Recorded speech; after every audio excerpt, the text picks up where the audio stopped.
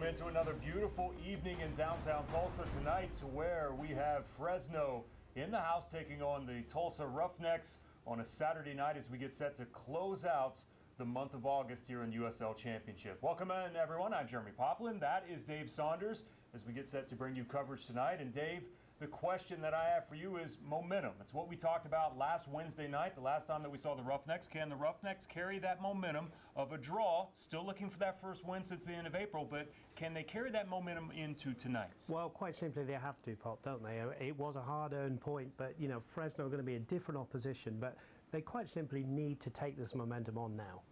Fresno has been great the entire season. Only 2 losses so far on the road with 5 wins. They will be one of the tougher tests that we've seen so far this season here at 1-0 Field, and we'll highlight one of the key players for Fresno, and that is the former Tulsa Roughneck, who's continuing to amaze every step of the way in Fresno, and that's Juan Pablo Caffa. Quite simply a master with the dead ball, free kick situations. He will pull the strings for Fresno just like he did for the Roughnecks. He is just a tremendous player. And not only that, a great guy off the pitch as well. And let's highlight the Tulsa player. That's Toby Uzo.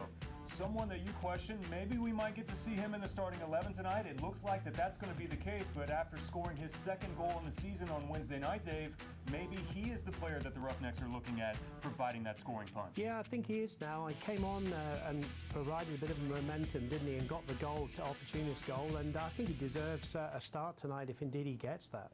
Fresno's trying to keep pace with Phoenix. Good luck with that, with the streak that Phoenix is on, but currently setting in 2nd in the table there in the West, and the Roughnecks, of course, still trying to stay out of the bottom there in the West, looking for all of that momentum moving forward into 2020 with the new ownership group with the Kraft family. It's great weather. Can't believe that we're still in the 80s here at the end of August here in the city of Tulsa, and we look forward to bringing it to you here tonight with 2 teams, one that has already got their playoff spot virtually locked up, and another one looking to potentially play spoiler in the Tulsa side. When we come back, we'll have the starting 11 for you coming up next. Live from downtown Tulsa at 1-0 Field, I'm Jeremy Poplin. That's Dave Saunders. Don't go anywhere because the Tulsa Roughnecks are coming up next. My name is Abigail Bailey. I was at my yearly checkup when I was 12, and we went and got x-rays, and she diagnosed me with scoliosis and that we needed surgery as soon as possible. Tulsa Bone and Joint was very compassionate. They took their time with us. They answered questions. He was very encouraging. Dr. Clark helped me see that there is life after spinal fusion. Just because your spine is fused doesn't mean that you can't do what you love to do.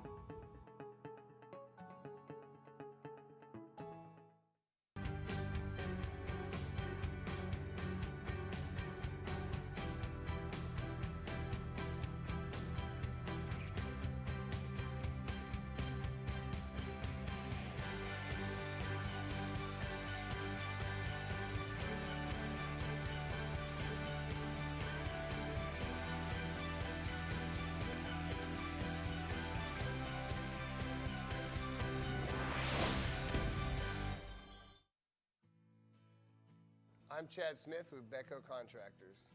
As an employer, we're always worried about new employees coming to the job and not being aware of their surroundings and just not knowing what they're really doing because it's a new job site.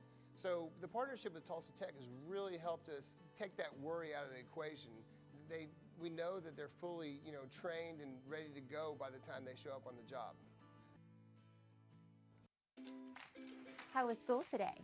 Mrs. Smith, what are you doing? Recycling. You can't put plastic bags in the blue recycling cart, but you can recycle this milk jug. You can recycle stuff from all over the house. You can recycle this empty box. What about these hangers? Just aluminum and steel cans, paper and cardboard, plastic bottles and jugs, glass bottles and jars. To learn more, check out TulsaRecycles.com. Welcome back to downtown Tulsa at 1-0 Field, where this evening Fresno visits the Tulsa Roughnecks, and we'll take a look at the starting 11 for Fresno FC. And Dave, it doesn't get any better than Mr. C.J. Cochran, who is there in between the posts tonight. has not missed a minute so far, including him with Del Campo, who has not missed a minute so far on the season, but a pretty formidable lineup that we'll see tonight. Formidable lineup, great goalkeeper, Del Campo, a stalwart at the back, and then you go up through the team and you've got the likes of Chavez and, of course, Johnson, who is, you know, really good in this league, and Juan Pablo Caffa, who we know so well here from Roughnecks days. And a look at the Tulsa side coming off of that 1-1 tie on Wednesday night. See if they can carry some of that momentum over. And there's the goal scorer that we talked about in the pregame, Toby Uzo, who gets the start up top in this formation. Yeah, he deserves it, doesn't he, Toby Uzo? He took it well, came on, gave a bit of impetus to the side as a sub on Wednesday night. Deserves his start, and welcome back as well to top goal scorer Rodrigo da Costa. The Brazilian Arlen Prazeres also in the starting 11 tonight for the Roughnecks after he provided 84 minutes for them in his debut on Wednesday night. How did you feel about his debut? Yeah, very, very good. Played on both wings, started off the game on the right, ended up the game on the left. He's a tricky player, likes to go round defenders, will produce some good balls into the box. I like the look of him and hope he has a good second game in a Roughnecks shirt today. Roughnecks are 3 points in front of Tacoma. There at the bottom of the table in the West. You see there's Sean Lewis, who had a great game on Wednesday night. And then to the Fresno side, as you see Michael Encian, the head coach there of the Roughnecks. I had to feel pretty good about more of an offensive lineup that we saw on Wednesday. At times we saw 4 that were technically playing in the striking position. And from the Fresno perspective, there are 3 teams in the West, Dave, that have clearly separated themselves from the rest. That would be Phoenix, who last check 2 up already in the first 15 minutes against Colorado Springs. Then you've got this Fresno side with 47 points, then Reno with 44. So this is one of the top 3 teams in the West that are visiting Tulsa here tonight. Our officials, J.J. Belinsky, Seth Barton, Jack Ryan Feldman in the 4th. Was to be determined on our list. We'll get that for you coming up here in just a bit. Yeah, make that 3 for Phoenix now in Colorado. So big night for Fresno. They will definitely want to come here for the 3 points against the struggling Roughnecks. Roughnecks, as you say, Pop, you know, they've got that 3 points ahead of Tacoma down at the foot of the table. Coming off that 1-1 tie here we saw on Wednesday night, where it really was, as you say, an attacking lineup. And they'll be wanting to get something out of this game, but it won't be easy. And it won't be easy, you know, for Fresno as well, because the pressure's on them. Here's a chance for the Roughnecks early on. Saw the info there with Adam Smith, the coach for the Foxes. What a job that he has done here for them, putting them in a position to be one of the legit contenders out west. Yeah, he's done well, hasn't he? Started his career at Walsall there in the Midlands in England. He's done extremely well, was an assistant at Sacramento. That's and the wall that gets tripped up right there at the edge of the circle. Kaffa with the quick, cheeky restart.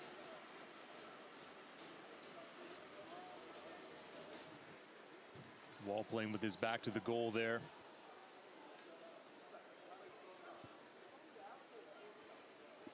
Martin. Almost a giveaway there from Martin in front of Rodrigo da Costa. Finds its way back to Cochran. Roughnecks showing some signs here, and that causes an early turnover here in the opening moments. Yeah, good pressure from the Roughnecks playing in their all-blue strip tonight, and they will have to pressure this Fresno team if they're going to get the ball for any length of time tonight. Matt Rogers getting the start tonight at left back. Saw them there. Lifeless ball from him, but another turnover here towards midfield for the Roughnecks.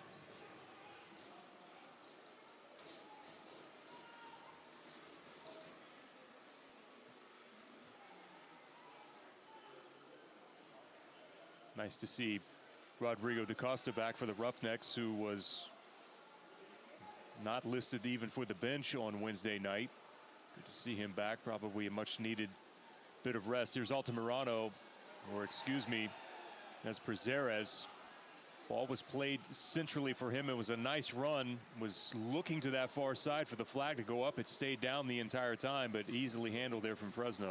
Yeah, what you find with Brazeras, he will come in off the wings. He tried to there. We'll just come back to that in a moment. Slotted towards the byline that's there. Hacked down by Malin Roberts. Not the best ball in the world from Casillas. But that's what Brazeras will give you, and he felt he was clipped. I don't think there was any foul. There is a foul now for the Roughnecks, but Brazeras will give you that bit of life from the wings and up front as well. See now on the replay,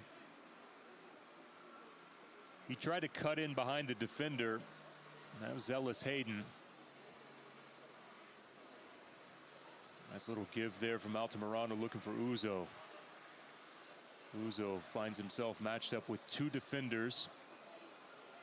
Yeah, he'll have pretty much Del Campo and Daly on him all night, won't he? Because the Roughnecks play that one up front, but they will be looking to get the likes of Altamirano and Brazeras and Da Costa.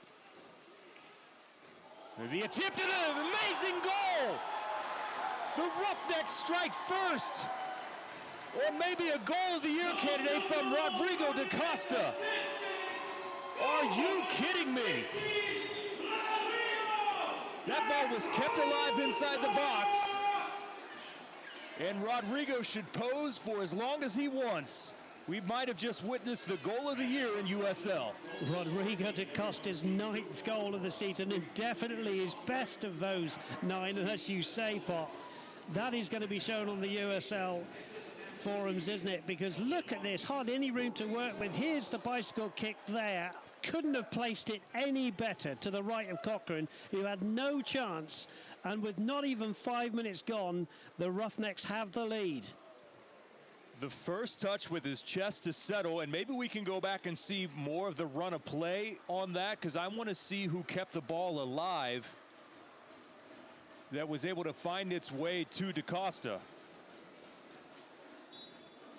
What a finish. Look at this. Controls on the chest. There's the bicycle kick. Cochrane, no chance there. That is a wonderful goal and a great start for the Roughnecks. It was Brazeras.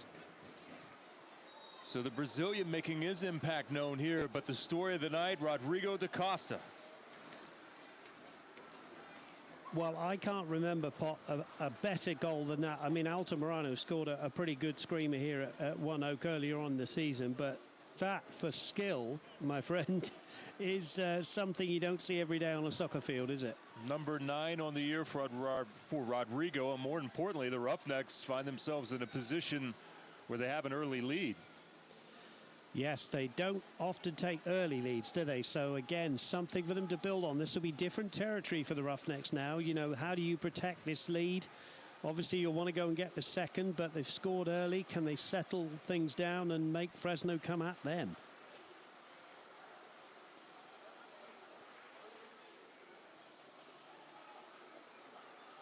It has been on the thin side as far as scoring is concerned for the Roughnecks.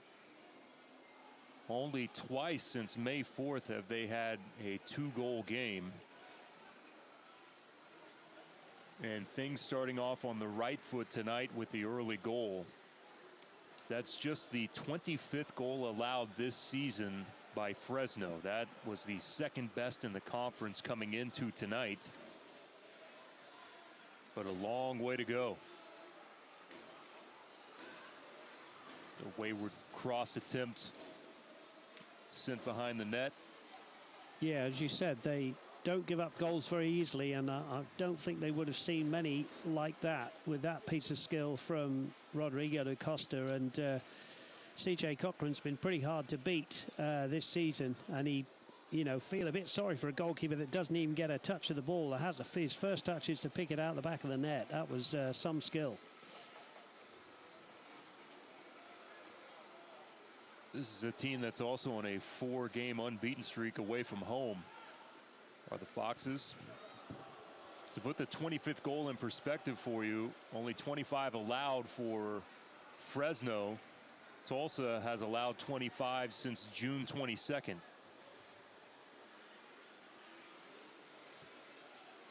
That's how difficult this group has been.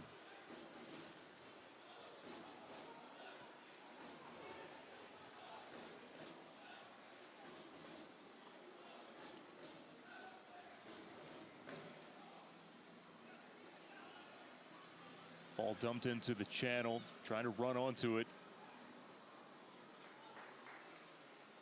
Sheldon does well to come away from it. Shove in the back. It's easy there against Del Campo. Yeah, big night for Matt Sheldon again, isn't it? And also a big night as well, you'd say, for Matt Rogers, wearing their number 20 shirt, having to come in at left back. So the two Matts not started every game by any means, and big night for them. Now, Rodrigo da Costa on his right hand just had to have his middle and index finger taped together. He was holding that hand after he scored the goal. I don't know whether that happened in the celebration. I would assume that it did. He did not show signs of that before. Hopefully he is okay, but you did just see there taping of those two fingers together. Yeah, it could have happened when he did the bicycle kick, but he's gone in for a tackle then got down on his hand again, so he's really up for this one tonight.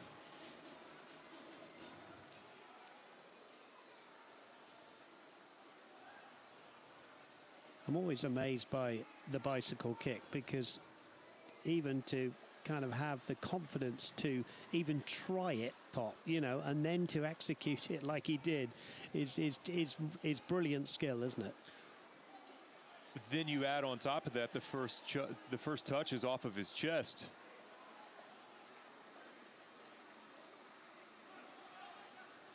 Roberts slots it perfectly for Zares.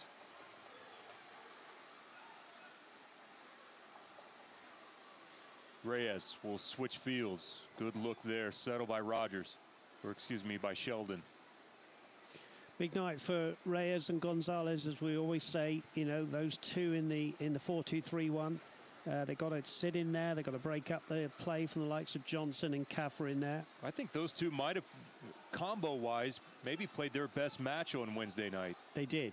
They did. And it's, again, not been an easy position to play for the Roughnecks this season, but they really did play well. And absolutely right that Mike Ensign has put them in again to hold things together, the glue in the midfield. I think Reyes was definitely as active as what we've seen him, but more importantly, I think that he was as accurate as we've seen him. He was able to do that kind of unsung hero work. Offside there against Brazares, and linked up well with Gonzalez, but you're right, he threaded some good balls out to the likes of Brazares in that game on Wednesday night, and he's started off well inside this first 12 minutes tonight. Do not let the size of Brazares fool you. He has been extremely good in the air in the two opportunities that we've seen him. He typically is first to the ball and uses his touch well. Hedrick took a pretty big fall. Looks like he's going to be up and okay.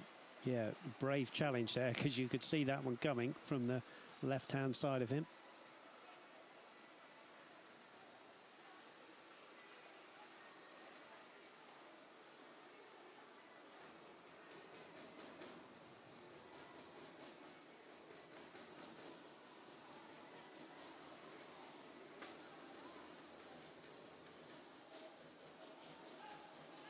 Long ball looking.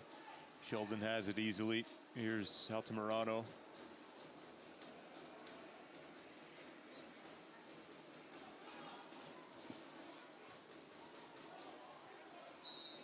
The Roughnecks, you know, in Altamirano and Brazares have got two very tricky players on both wings tonight, and they'll be looking to help and feed in, you know, to Uzo, and then put in Rodrigo da Costa. You know, it's a good three, and then the one in front is for the Roughnecks tonight. There's Kaffa, one of the league leaders in chances created at 48 coming into tonight. We know how dangerous that he is from virtually at any position on the field. Hand raised, curling ball in. Lewis has to go up into the air to retrieve it. He has it. And applause from the goalkeeping coach, Donovan Ricketts there, because that was a brave catch and a good catch, and that's exactly what you want if you're a central defender. You hear your goalkeeper behind you saying keeper's ball, and then a good confident catch, and then punch it up the field.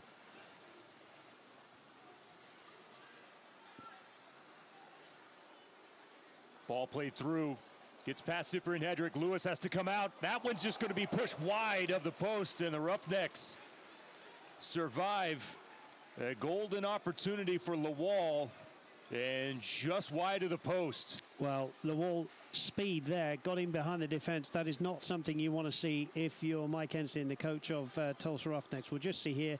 That is a beautiful run off the left shoulder of Cyprian Hedrick. Hedrick just got back and put him off Pop, just about. And he put it wide. Lawal sprinting back to his position quickly.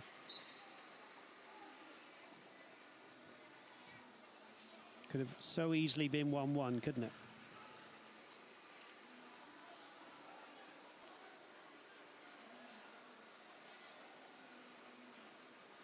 Lawal at times has proven to be one of the more dangerous attacking players in all of USL. Just narrowly missed making things level at 1.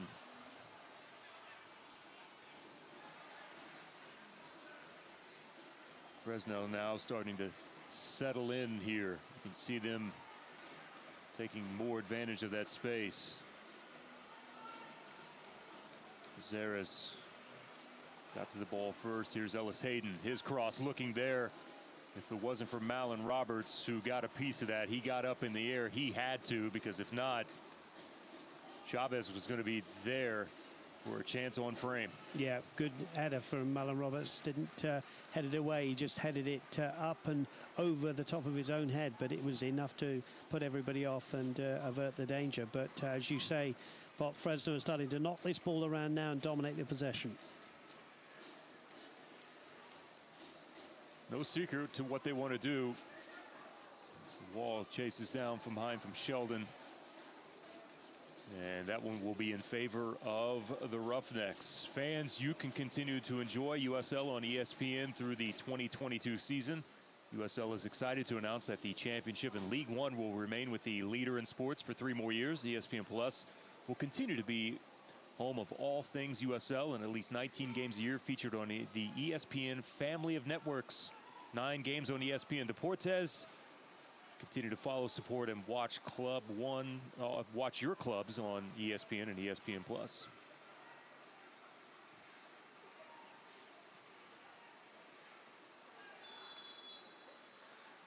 Speaking of League One, Dave was up in Lansing this weekend and got to see where the Lansing Ignite play there at the stadium where the Lugnuts play. Yeah, good club. If memory serves, as the ball was just over hit by Cavallero. I think they had 3 players, Lansing Ignite, in the team of the week. Yeah, didn't big they? win for them as well over North Texas. But in my travels to get to see this league and this game spread around different parts of the country. Quite nice as well. Very nice stadium and part of town. Right off of downtown.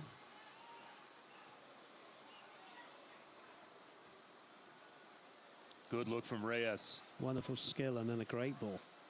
Out wide. Altamirano cuts back to the inside, sets himself up with the left. Tried to look for that far post there in the corner. Skips off the top of the net, and a goal kick now for Fresno. Well, you mentioned Brian Reyes earlier on the commentary, the number 28 for the Tulsa Roughnecks in there with Manny Gonzalez, and that was a wonderful piece of skill first of all, and then a raking ball. And there's Altamirano here, gets on his left foot, just gets underneath it, ball on top of the net. But Reyes with a couple of really good balls from left to right. Pinpoint accuracy. Yes, very, very good. Juan Pablo Caffa-like. Very much so. And there he is. Not much of an impact so far through the first 18. Very fondly remembered here, though, for the Tulsa Roughnecks in 2017.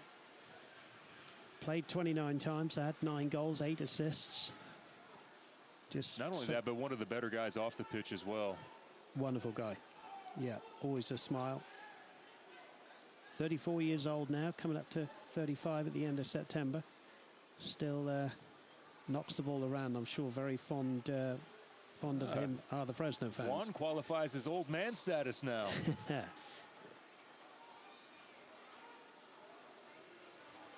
Still plays the game with the joy of a teenager, though. There's an element of the Roughnecks game there, Dave. You saw trying to force that ball to Toby Uzo. He did such a great job in coming in as a sub with the goal on Wednesday night.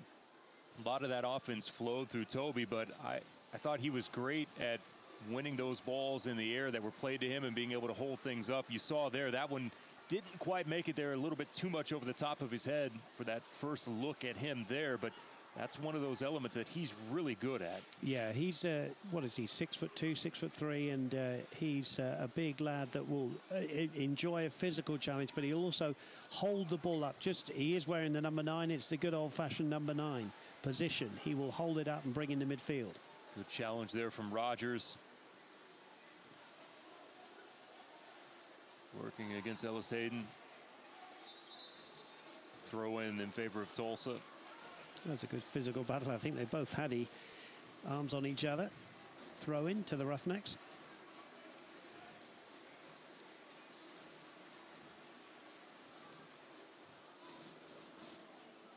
Matt Rogers, who you just saw throw that one in, played his college soccer here locally at Oral Roberts University. It's Altamirano who steps in front, takes a shot. The blast comes off of the keeper. Cochran did well to knock it down and then cleared out of the box. Yeah, Altamirano there cropping up in the midfield, cropping up in the middle of the field as well, and hit a right foot shot, and it would have been swirling a little bit. We'll see on the replay. That's a fine save from Cochran here. You just see there, it's one of those knuckleballs, isn't it, that kind of swerves a bit in the air. Sent out of play by Fresno. I think Fresno have been a bit surprised in this first 20 minutes by the Roughnecks approach, Pop. I think it's a combination of the type of goal that is scored, the nature in which, as far as minutes, you know, that quick strike to come on the road to a place where, let's be honest, Dave, most teams that come in here at One Oak just under the circumstances of the season expect to come in here and get 3 points. Yeah, I think that's it, and that's kind of my point. I think they've been a bit surprised. That's a good ball into Uzo's feet. Been a bit surprised by the start from the Roughnecks here.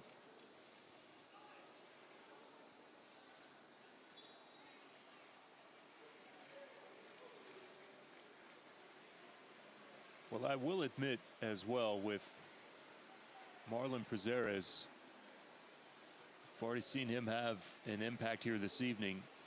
He gives them a different look than what they've had in a number of months from an attacking standpoint. Yeah, he certainly does. I alluded to it earlier. You put Altamirano on one wing and you put Prezeres on the other, and you've got two really good kind of old-fashioned wingers, if you like, who are not afraid to go past players. They're also not afraid to come in off the wing and come up centrally. And they're really good with DaCosta and Uzo. So it's a good front four for the Roughnecks. Good run. Ellis Hayden keeps it alive. Still inside the 18, cutting in and then to the side of the net. It was a good look from Diego Casillas. Thought that he might try to hammer that one far post or look square. I think credit Matt Rogers there, the number 20, the left back for the Roughnecks, as you were just talking about here. I think you'll see just at the end there, just a little bit of a nudge, you know, fair within the lords of the game. Just put him off a little bit. Boy, Lawal, late run, but he made up some space and time with his quickness.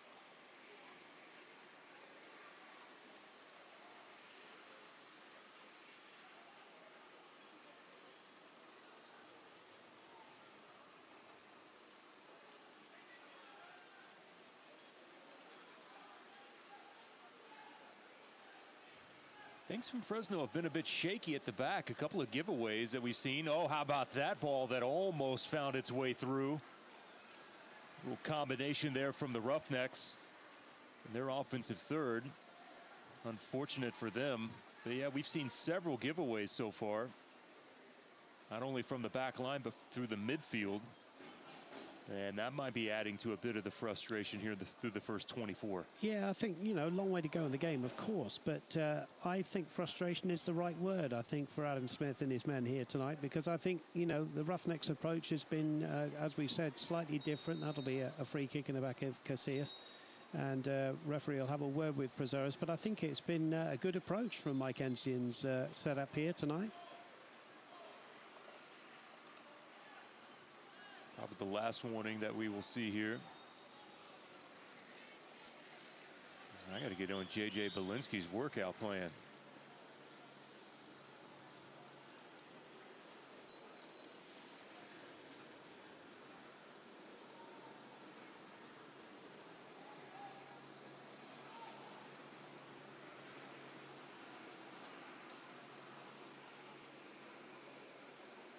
Cut towards the byline. Header away, centrally played though, and Prazeres comes back.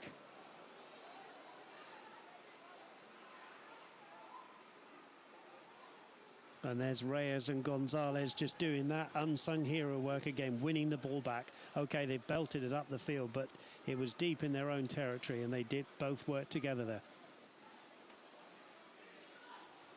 Casillas tried to give it back to him.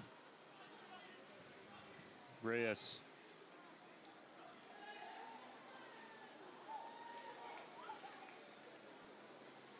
Now Casillas is upset there. He felt like that Reyes raked him in the back with the bottom of his cleats on purpose. Yeah, we'll get a look at it here. Assistant just stepping in there. It was a strong challenge from now from that angle, it looked like Reyes was trying to pick his right foot up over the top of him while he was down on the ground, and they just collided there. I don't think that there was malicious intent. DaCosta now fouled. No, I don't think there was any malicious intent, and well done the AR for stepping in between them and just calming them down.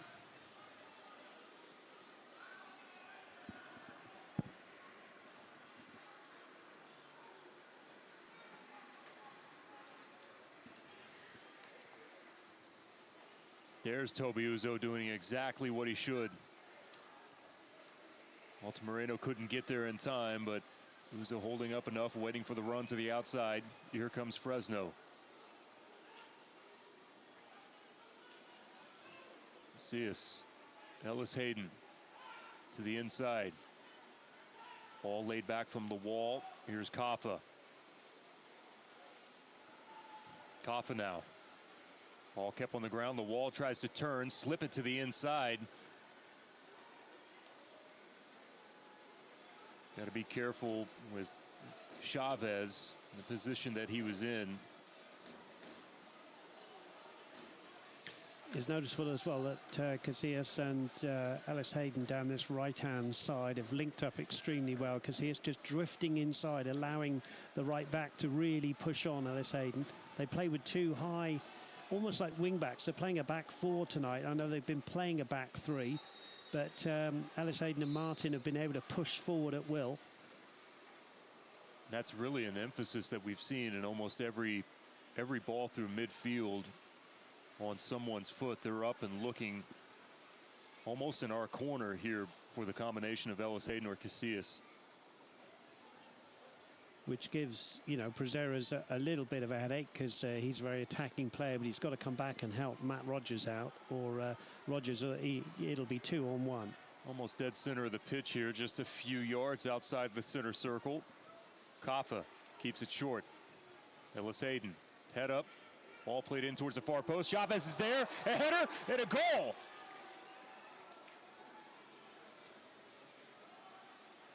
Chavez has made things level in the 28th minute on a brilliant ball from Ellis Hayden. In the perfect position was number 9, and he headed it home past the keeper. Well, two things to say. A wonderful assist from Ellis Hayden, as you quite rightly point out, my friend. What a great ball into the box that was. But also look at the movement here of Chavez in between the two centre-backs. He just rises up there and meets it full on the forehead, and no chance at all for Sean Lewis. 1-1. No, a great ball put into the area, and that comes down to a case of who just wants it more.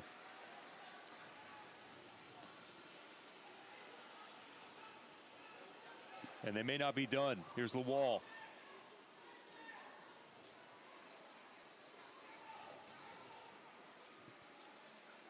Kudimoto to the outside. Kaffa! That one just a few yards over the top of the bar. Well, we know what Kaffa could do with that beautiful left foot of his, and he's right, I might add, but that one just over the top there. He is a dead ball specialist, but this one in open play, there's the goal, and that was just a beautiful ball from Ellis Hayden. I mean, you couldn't wish for better if you were a striker of the class of Chavez. Didn't have to move for that one. So that's 5 goals in August for Chavez. Rodrigo da Costa now. Altamirano, the shot! It slams off the side of the netting. Well, this is such an open game now. I mean, I was just going to make the point the Roughnecks have to be careful because the Fresno tails are up, and then Altamirano goes up to the other end and hits the side netting. And now here come Fresno again. Don't take your eyes off this one. What a game of USL Championship soccer this is.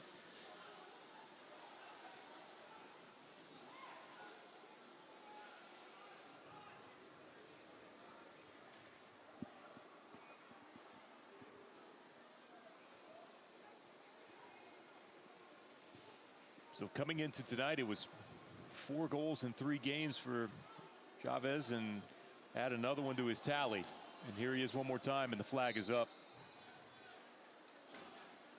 Yeah, he's a decent striker, and really you'd say that was his.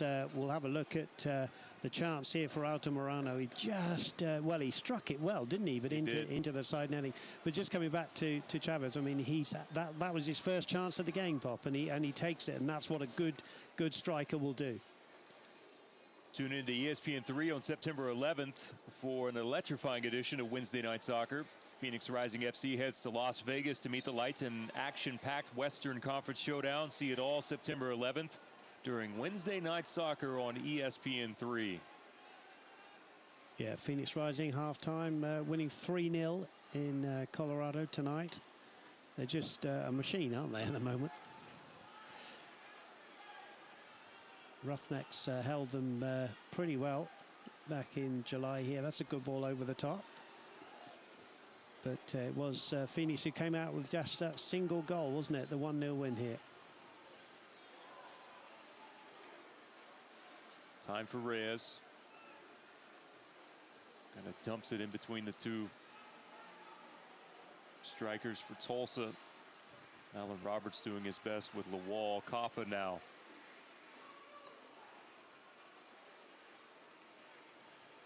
Noticeable to me as well, Pop, that just after the Chavez goal, Juan Pablo Kaffa just ran over to Adam Smith, his coach, and they were deep in conversation and finding a way to, dominate this game with possession, which they are, by the way, by 60-40. Well, Kaffa's virtually like having another coach that's out there on the pitch. Quite a staff that Adam Smith has put together with Robert Earnshaw, who I know that you are familiar with. Yeah. And we were looking at the quite the impressive trivia question, which we'll get to here in a bit, that involves Robert Earnshaw. Sheldon has to be very careful of Jamal Johnson. 7 goals on the season for Johnson.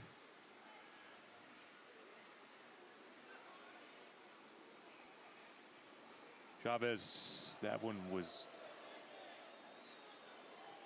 good from 35 and well between the uprights. So here's this little stat that we were looking at. Earnshaw is the only player to record a hat trick in every professional league in England, including the FA Cup and League Cup, and for his country at the international level. That's Robert Earnshaw, one of the assistant coaches for the Foxes. Yeah, anybody who knows soccer like I do from England will know Robert Earnshaw. He's actually Welsh international, retired now, but out here as assistant to Adam Smith, and scored those hat tricks. It's a great trivia question, isn't it? Ball into the box there. There's Uzo. Can he get there in time? Well done from the defender to shield him off of that. And then a foul. Robert Earnshaw also scored on his international debut for Wales in a 1-0 win over Germany. So wow. Pretty good striker. Not the tallest, I think 5'6", 5'7". Scored a hat-trick in the Premiership for West Bromwich Albion. And then, as you said, he's done it in all the other leagues as well. So that's a pretty good record, and that will take some doing to beat that. Watch this defending from Del Campo. Just enough. Got to do what you got to do. Sacrifice yourself. Took a little bit of shot there in the back of the head. Yeah, Del Campo, we said he's, well, the referee's having a word with Uzo, but Del Campo and Cochran, the goalkeeper, have played the most minutes for Fresno. Del Campo got that winner, didn't he, against Colorado a week ago? He did. In the 90th minute, so he was pretty pleased to get that one. Obviously give him a couple of extra points. Uzo there gets a little chat from Mr. Belinsky. Good physical battle though, Pop, isn't it? That one. Uzo won't mind that. Uzo won't mind, and Del Campo's maybe one of the few defenders in the league that can match him size for size.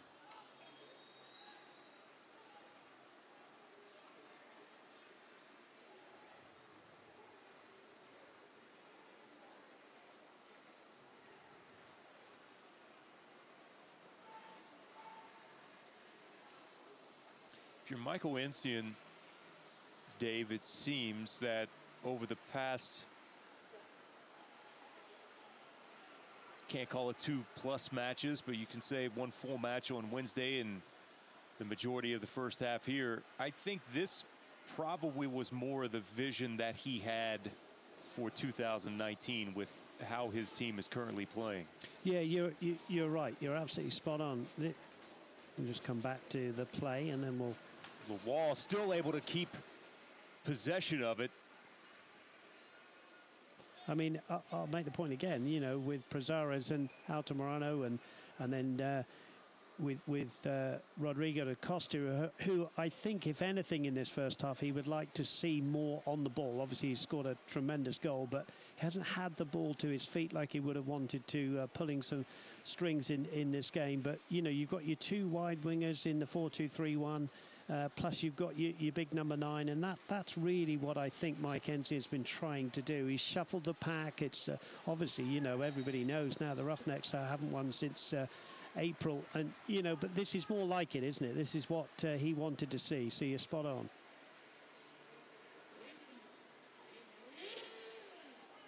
'37th minute. Johnson.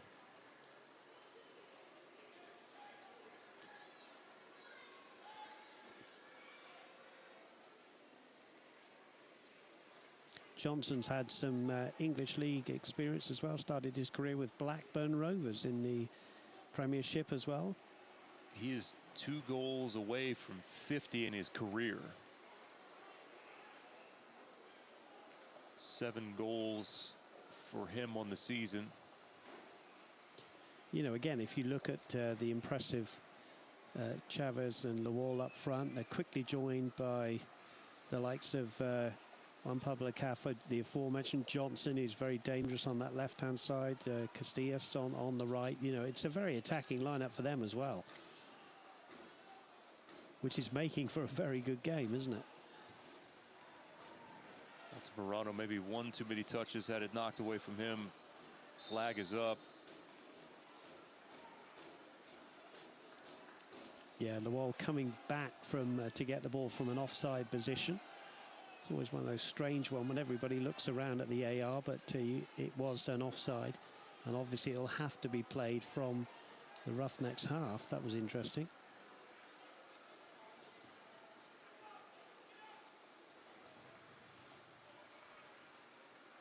Prazares, good ball from him to the corner. First touch ball from Altamirano settled. Da Costa looking for second bit of magic. That would have been a different goal, wouldn't it? But great ball again in from Altamirano, but just Uzo beaten by the physical presence of Daly. I'm liking Manny Gonzalez's play tonight. Unsung hero again, just breaks the play up, goes through a lot of unnoticed work, but him and Reyes have done pretty well in the midfield.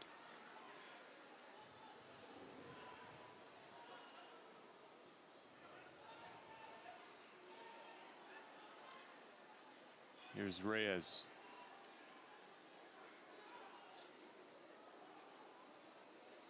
Physical player is Reyes. Tough to take off of the ball. Sean Lewis.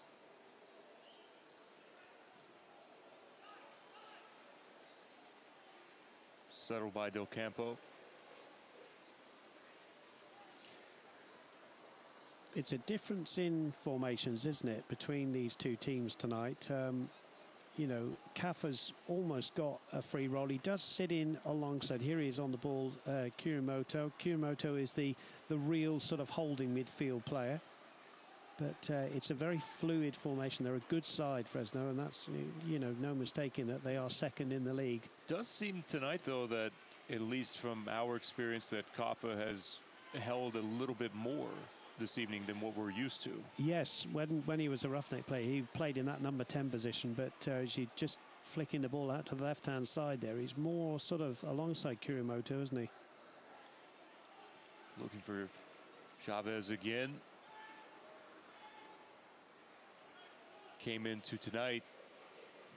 Los Oros had 3 players with 7 goals that were in the lead, and now Chavez with his 8. Lawal and Johnson have 7 apiece.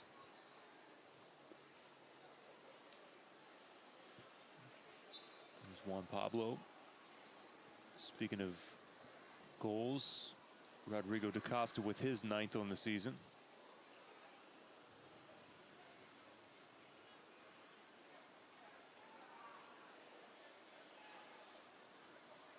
There have been moments, extremely bright spots for the Roughnecks, even if the results haven't necessarily been what they expected here in 2019, and Rodrigo da Costa would be one of those. Luca Lobo and the hot start that he had, setting on 7 goals currently. There have been moments, Dave. Yeah, no, they have. And, you know, obviously results haven't gone for them sometimes. They've taken a few beatings, haven't they? You know, 4s and 5s. And they haven't, you know, scored 2 goals too many times, as you alluded to. But as you say, I'm ever the optimist. You've always got to look for positives. And, you know, I'll say again, you know, Reyes and that man on the ball now, Manny Gonzalez, you know, they don't score goals, they don't do assists, but they've been good for me in the midfield. So, yeah, you got to look for pluses always. Ellis Hayden, Kafa through the center circle. Out wide on the pitch, good vision from him. Casillas.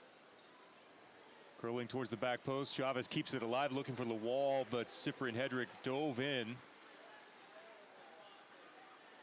Yeah, that was tremendous bravery from Cyprian Hedrick. He just had to do that. But again, what a ball from Kafa to start the move. And then Casillas with a great cross. And you thought, here we go again with Chavez. But in steps Captain Hedrick.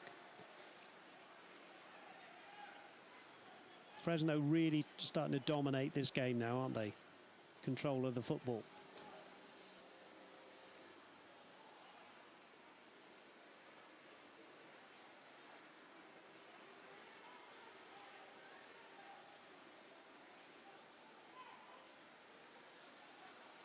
But the Roughnecks are really digging in and working hard, aren't they? They aren't going to get the majority of the possession tonight.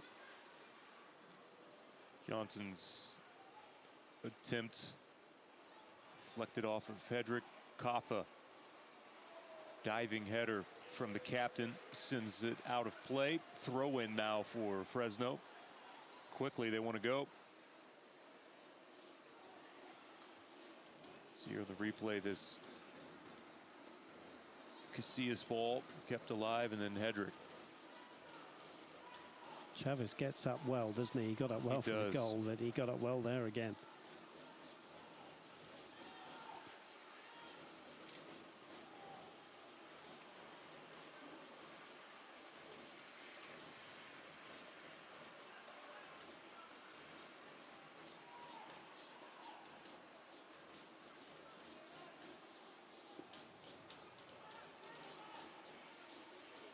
Casillas just kind of parked himself there in between Altamirano. Finds DaCosta.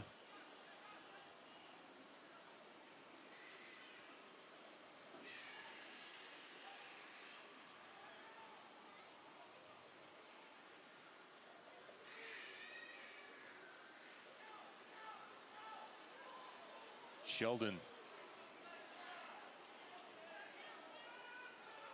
Casillas went down. More importantly, Kaffa was looking for a better ball than that from Ellis Hayden. Fresno turned away here in the 44th.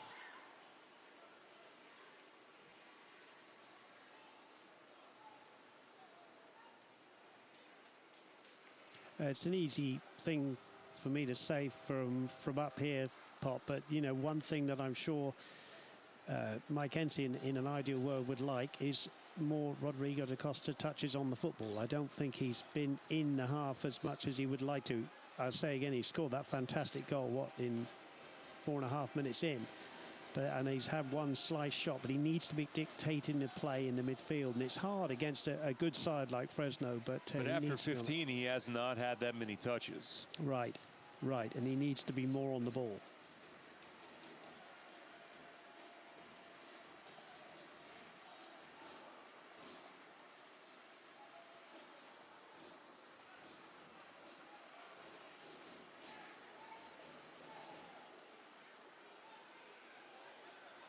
Ball received from Ellis Hayden. Cuts to the inside. Brilliant ball played there, and Lawal just couldn't get enough of a touch on it. She had Sheldon kind of draped on him there for a minute. I think it was just enough to kind of push him off of balance. 1 minute to be added on at the end of this first half.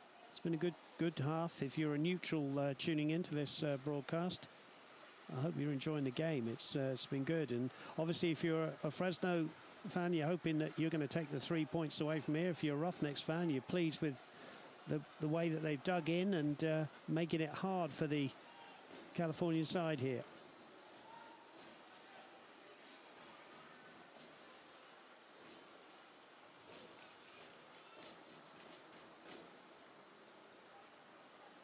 Here's DaCosta. DaCosta trying to create that contact and sell it inside the box.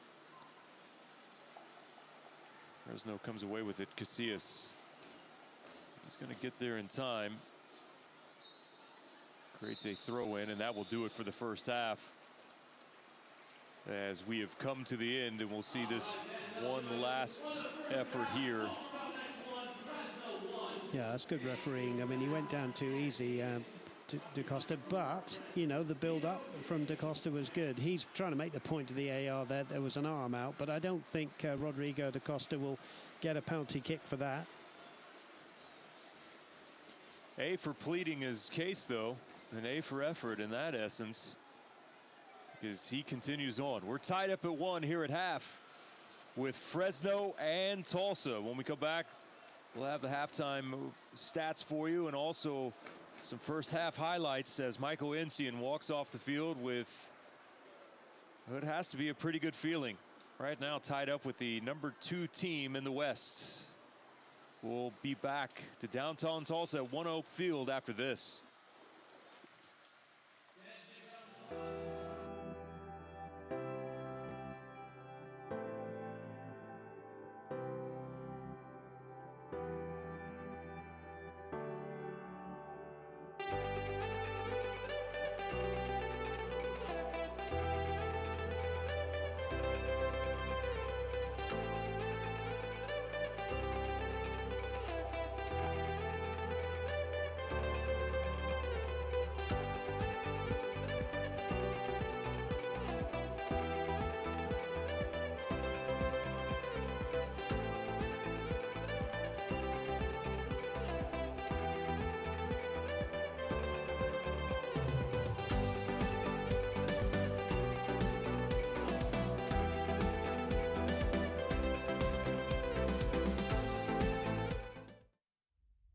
My name's Sean Riley. I'm a practicing chiropractor in Tulsa, Oklahoma. I've been fortunate to practice for 19 years, owner-operator of the integrated facility Tulsa Spine and Rehab. This is what sets us apart at Tulsa Spine and Rehab. Integrated care. We have multiple different providers providing multiple different options for multiple different types of conditions. We have a concise treatment plan. What that means is it's not going to be open-ended. We're going to make specific recommendations. We're going to get you feeling better as quickly as we possibly can. And lastly, we're going to get you, the patient, on board with your treatment. What that means is we want to get you involved. We want to get you doing home exercise. We want you modifying activity. And what that means is we're going to try to keep you out of this office. Ultimately, we want to get you moving.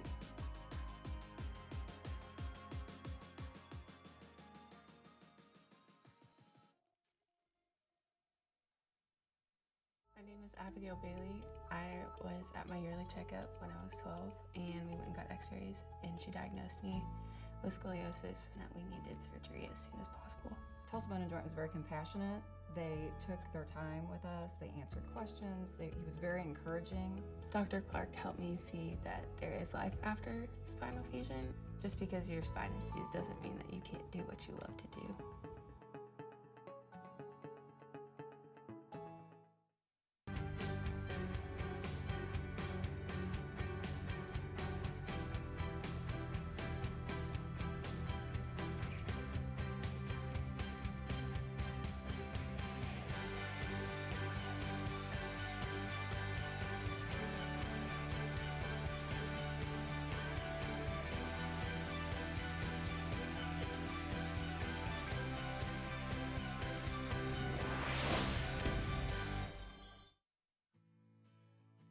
I'm Chad Smith with Becco Contractors.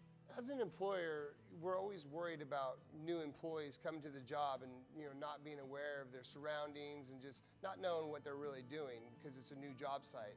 So the partnership with Tulsa Tech has really helped us take that worry out of the equation. We know that they're fully trained and ready to go by the time they show up on the job.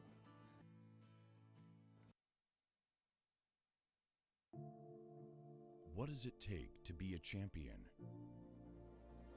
Skill, strength, vision, an unrelenting desire to prove your worth week in, week out. An army of fans behind you screaming your name. And sometimes just a bit of luck. For 631 games over the course of the next 9 months, 22 players will step on the field to answer the question, why will it be you and not them? And the 36 teams, from the champions of yesterday to the challengers of tomorrow, only one will be right.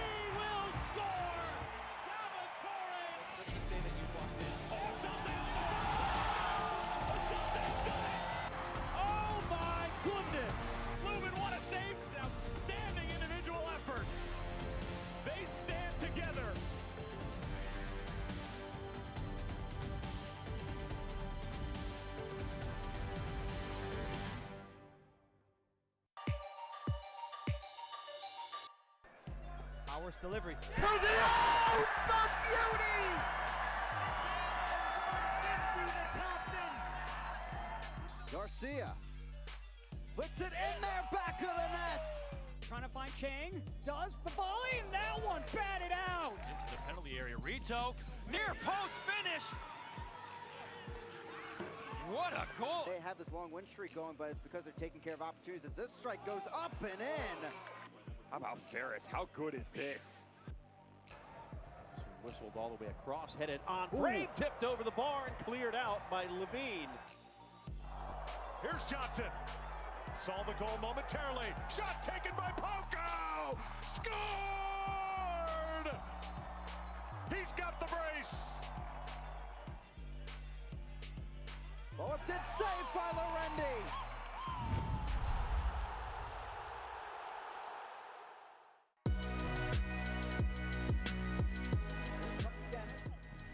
Cuts it back. Fires a shot, trickles on and in. Charlie Dennis back the other way down the right flank, takes it himself. Slides it into the 18. That ball's touched into the back of the net. And no room to turn, but Bergen! What a strike! And here's Joe Gallardo now coming forward. Gallardo still on the ball. Gallardo takes a shot, it's pushed away. Ball is loose inside the 18. Moshamani comes over. Shot. Stop made by Aviles. Silva will have a hit. Oh, good save by Majimadu. From the moment he left his boot, it looked destined for goal. Alma N4 hesitates, fires, and finds the back of the net.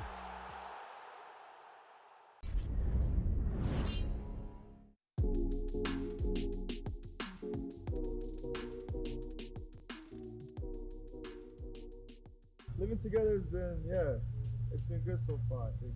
Yeah, it's been off to a good start. He's got me ready for what Tulsa's all about, and yeah, I'm happy to be here, and I want to thank Milan for welcoming me to Tulsa and his home. Big lunch and sleep. Yeah, we get home. It's quite warm when we train, and so we give it our all in training. Yeah, and then we just kind of have to dry down and recover a little bit. Usually I like a lot of protein, eggs, spinach, some bread, some carbs, yogurt if possible, chocolate milk or just regular milk, and some fruits or some vegetables. For me, I enjoy tuna sandwich. Tuna sandwich, some type of soup. I prefer tomato basil or clam chowder. And I'm not perfect, so everything is what? What's the O word? Organic.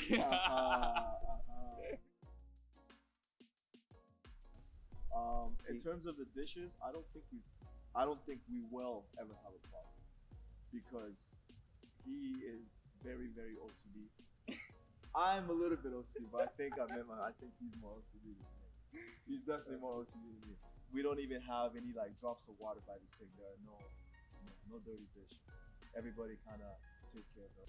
Hey guys, we'd love to have your support on the 28th. Yes, and I think also again Saturday the 31st. 2 home games back to back.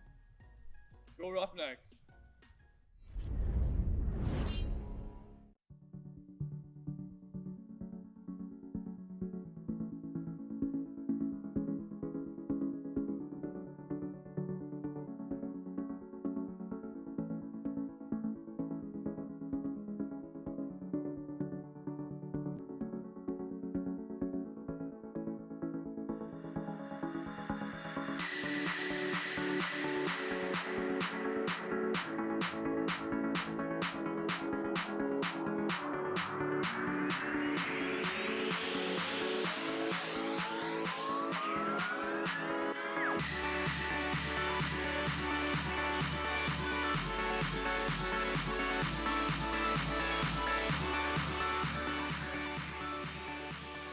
Hi Roughnecks fans, stop by and see our awesome team at the 21st and Yale location.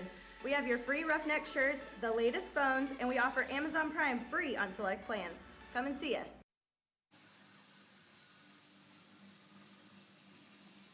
All right, welcome back to One Oak Field in downtown Tulsa tonight, where the Roughnecks and also Fresno tied up at 1, and some of the storylines here locally. And we'll start with the Roughnecks' new ownership group.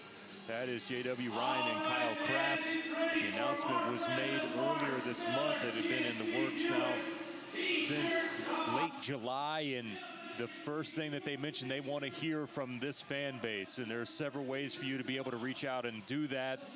And they are making their presence known within this community, and they want to know what is important to you, the fans, as they enter into this next phase of Roughnecks soccer here in the city of Tulsa. Also, the USL new rights agreement with ESPN and ESPN Plus. ESPN and USL are going to enter its 5th full year in 2020 as the league celebrates its 10th anniversary, and they're going to be available through 2022 there on ESPN and ESPN Plus, and this means 18 regular season games from the championship will air on ESPN2, ESPN News, ESPNU, and also ESPN Deportes.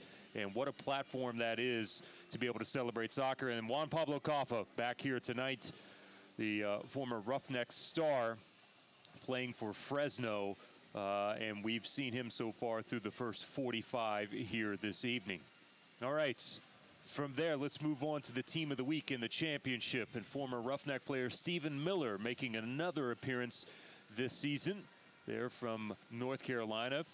Also, you can see Pirano, who is the not only just in team of the week, but player of the week. I believe it's the second time so far in the last 3 weeks that he has been included on the team of the week for week 26. Del Campo there with that game winner that we saw against Colorado Springs. We've seen him so far here this evening, and there he is, Christian Pirano, Dave, with San Antonio. And San Antonio is a side that could be sneaky good heading into the playoffs. Yeah, they could. They've taken a little time to warm up this season, but with the likes of Pirano there, they're going to be a force to be reckoned with. And here is League One. And you'll notice the first player that there is Peto. Now, Peto is the player of the week. Mexican forward scored a pair of goals as the Ignite FC took a 4-1 victory over North Texas SC there at Cooley Law Stadium last Thursday night. And here he is there. And like I said, I was up in Lansing over the weekend, got to see where the Ignite play.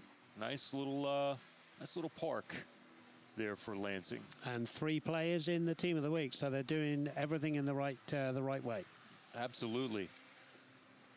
We'll take a look at some of the out-of-town scores. Boy, look at Loudon over North Carolina, 4-0. Nashville with the 2-1 win today over Tampa. You've got Phoenix there, the 3-0 lead over Colorado, and then the late games tonight. Los Dos and Sacramento, and Reno, the third-place team here in the West, taking on Portland Timbers 2. Standings in the East. Red Bulls, 53 points, followed there by Tampa at 49 and Nashville at 48. That was a tough one with North Carolina tonight. There you see them currently in 6th, trailing 4-0. Yeah, just 3 points separating 6th to 2nd there, so everything to play for. And as you say, North Carolina take a bit of a beating. Now we move on to the league that the Roughnecks and Fresno play, and you can see Fresno there tailing off Phoenix Rising, who are just having such an amazing season, 59 points, and on they go. They're an hour played and they're 3-0 up. And OKC slipping in there unnoticed really into 4th place, so all to play for them as well. Orange County right now currently sitting there in the final spot, but how tight that is, they're closing it out. A couple of stats from the first half. Possession, which we'll get for you in just a second. I think it's about 62 to 38. You know, it's definitely been Fresno's half, hasn't it, in terms of possession, Pop. They, you know, had a little bit of a scare as we get ready for the second half with the early DaCosta goal, but then they've really dominated the possession. The likes of Juan Pablo Caffa now finding space on the field, and they are dominating possession, 62%. Yeah, 8 shots apiece for each side. 3 of those from Tulsa have been on frame. Only 1 for Fresno, and that was the goal. It's a big half, isn't it, for both teams for different reasons. The Roughnecks, you know, playing for pride. They want to win here at One Oak. And Fresno, who are in 2nd, you know, they've got a mountain to climb to catch Phoenix. but they'll want to go away with all 3 points. Big half, this one.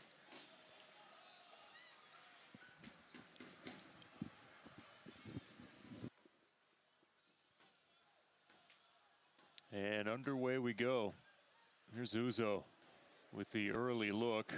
DaCosta looking for the brilliant ball. Running onto it is Marlon Perez, and he scores.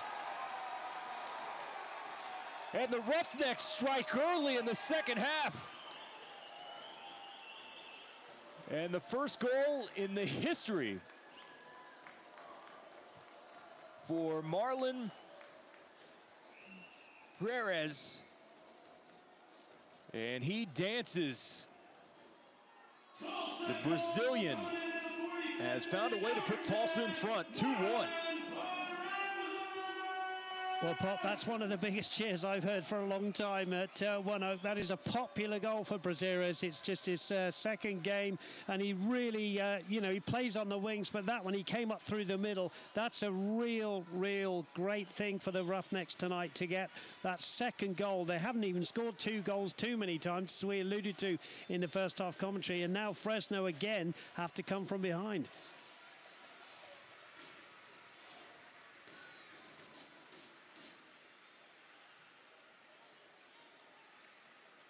I think that's a little bit of where the Fresno defense still in the locker room from half-time.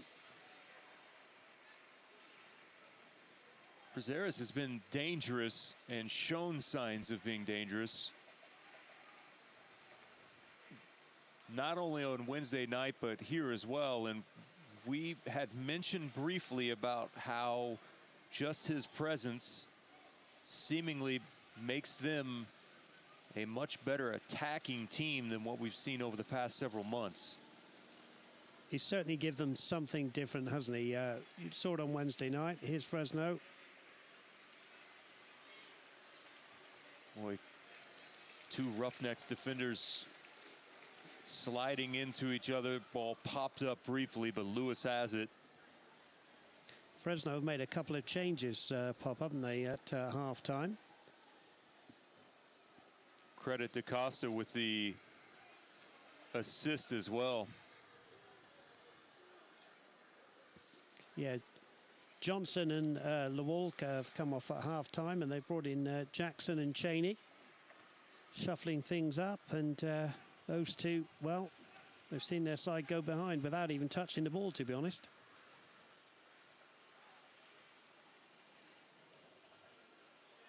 Almost linking up with Braziras again.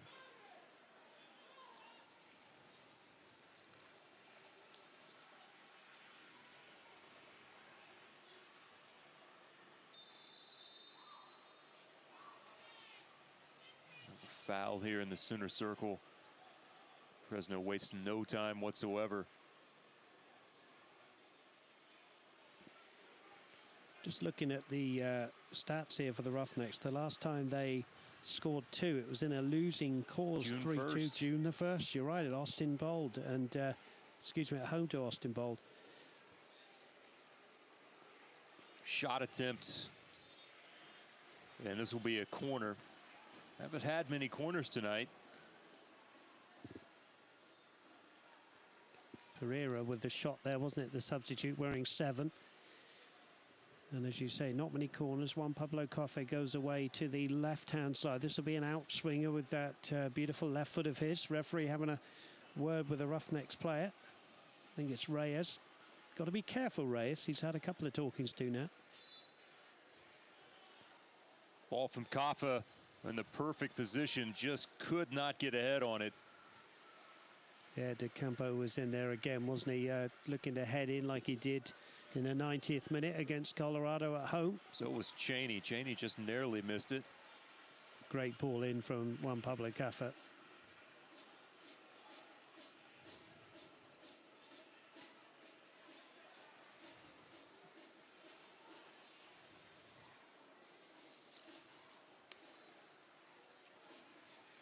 Good defending from Sheldon Casillas. Braziras on a dead run. Out wide has Rodrigo DaCosta. Finds Prazeres one more time. The Brazilian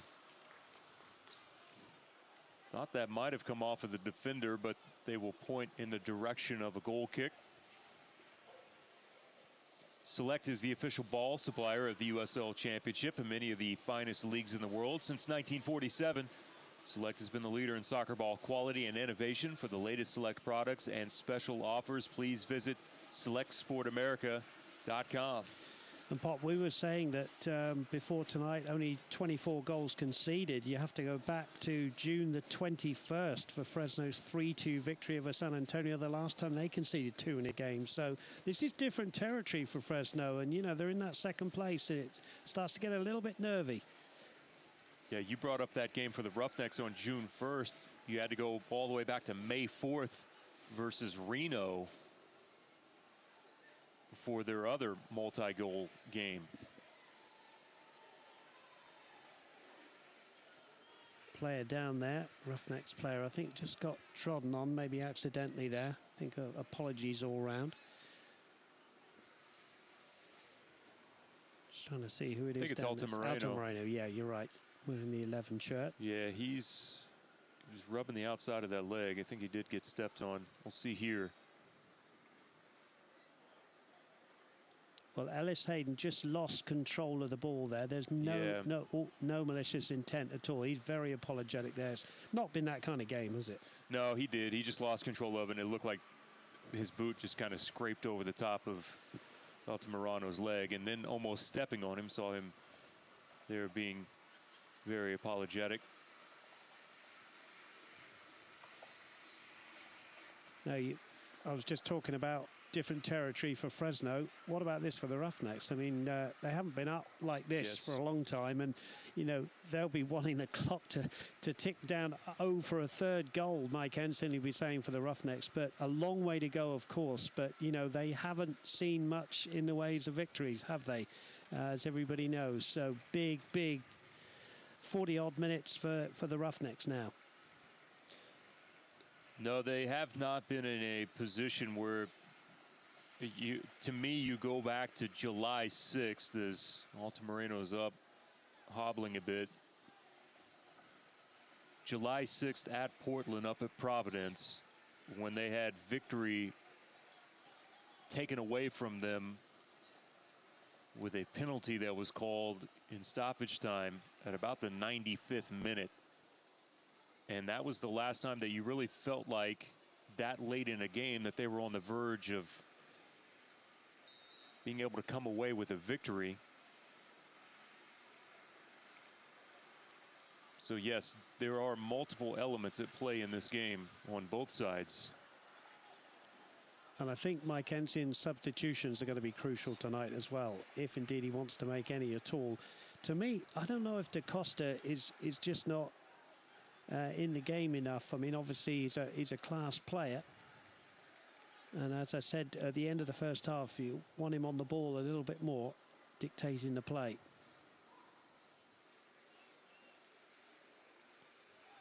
Casillas with the shot towards the near post, and Sean Lewis is there to knock it away.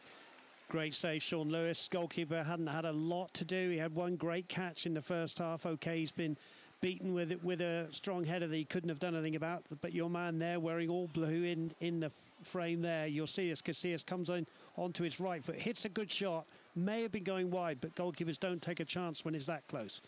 And his hair still looks great. Which is all important, of course. Yeah, that header just wide, but De Campo was adjudged to have fouled, I think. Or somebody was. He's saying, was it me, I think. Can we get a look at that hair? I mean, that is hair to be envious of from Sean Lewis.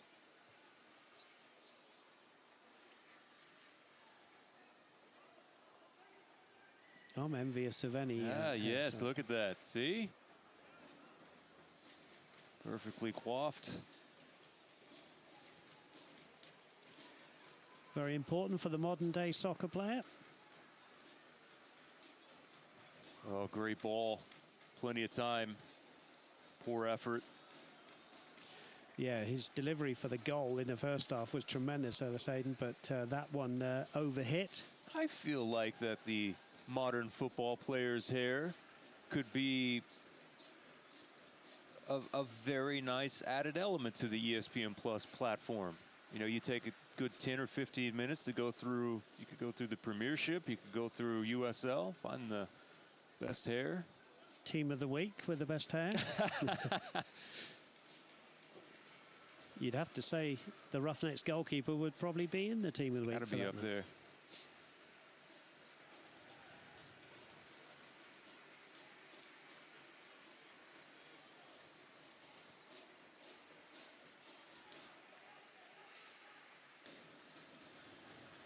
Casillas has space, finally closed down. Tried the square ball, had it knocked away. Now Docampo. Interesting for me that Casillas is playing now on the left-hand side, whereas in the first half he was on the right. Uzo with some pressure. Cochran sends it out of play, but that's the type of pressure that creates turnovers, and Roughnecks will now have a throw-in. Yeah, Uzo's working really, really hard for the cause. Up there on his own. Never easy in the modern game to be up there on your own. 2 goals scored on the season by Uzo. That was off Kurimoto.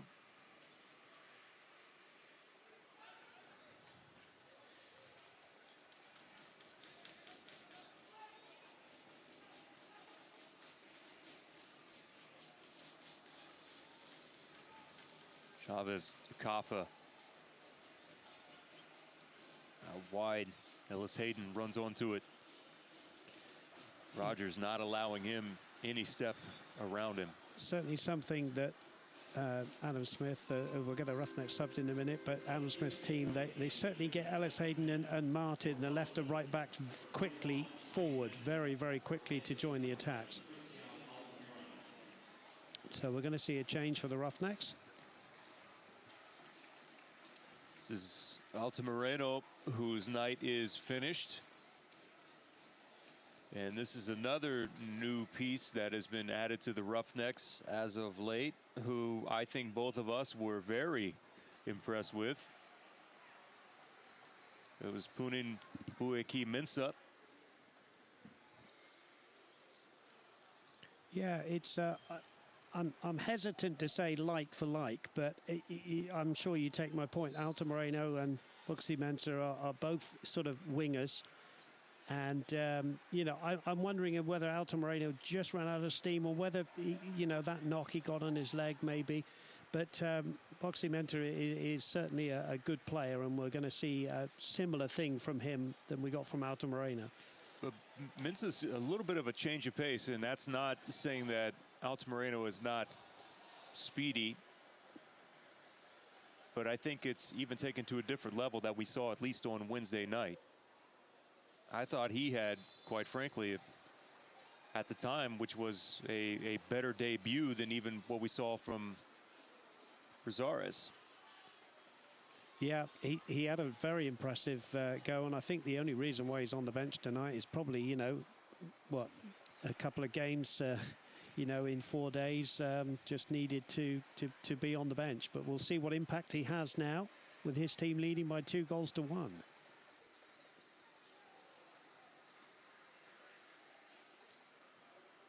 Native of Ghana, also comes to us from FC Vizela in Portugal.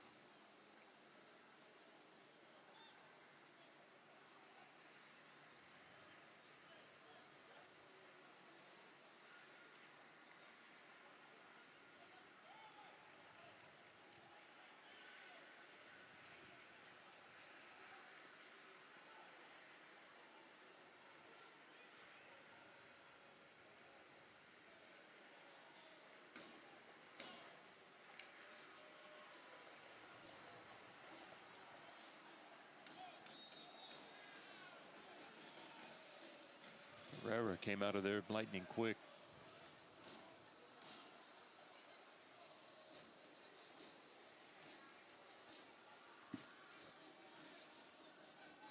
Looks like Michael Encian will be looking for another change. Next opportunity, there is a foul. Hedrick is upset about that one. Chavez gave him a little push there at the end.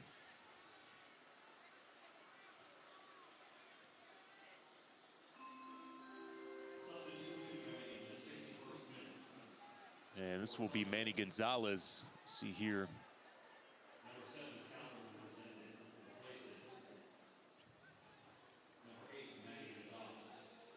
Calvin Resende. Interesting one for me, this one. Manny Gonzalez, I think, has done extremely well. I don't think Gonzalez was too happy with this, judging by his reaction. No, I mean, he's broken up the play pretty well. He's been in there with Reyes. You know, he's played for an hour. And Mike Ensian makes the change.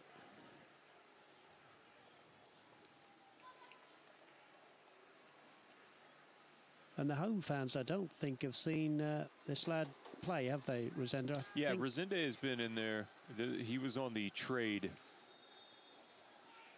But I think he's played all his games away from One Oak Field, if I'm not mistaken. The shot that's there, and that one slides over the top of the crossbar. It was on target, but just a bit too high. Yeah, we've seen better on this very surface from the great man, haven't we? Seen a few goals from him from dead ball situations. But even that one just looks effortless from the reverse angle.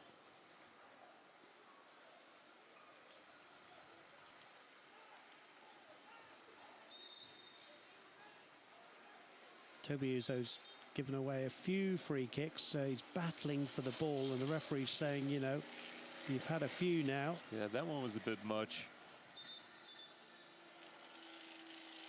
So I think maybe he's saying, you know, no more. There you go, no more, or you're going to be going into my notebook. But a little bit late there, a clumsy challenge, wasn't it?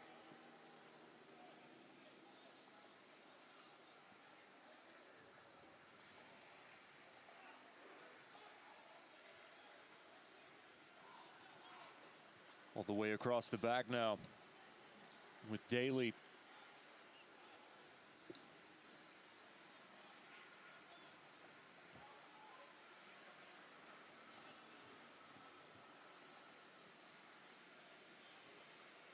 Herrera comes back to him, finds themselves on, and that one into the side netting. Ellis Hayden had a chance, and they're going to say it was actually touched by a Tulsa player, so a corner coming up. We'll see who it came off of. Yeah, you look at Ellis Hayden here, and they're really annoyed with him in the middle. You look at Chavez on the far post here. He just wanted it pulled back. There he is, look, and now he's going to turn around and say, why didn't you give me a tap in there? Here's the corner. Yeah, Cheney was there. Sent skyward.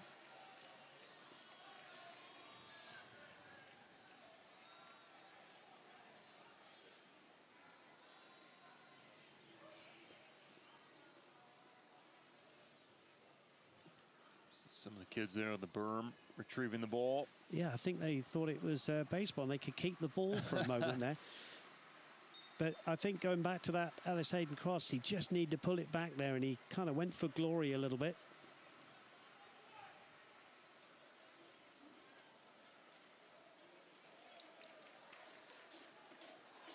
Quickly to the opposite end, Uzo trying to work with Del Campo. Resende keeps it alive. Mensah has some help if he wants it.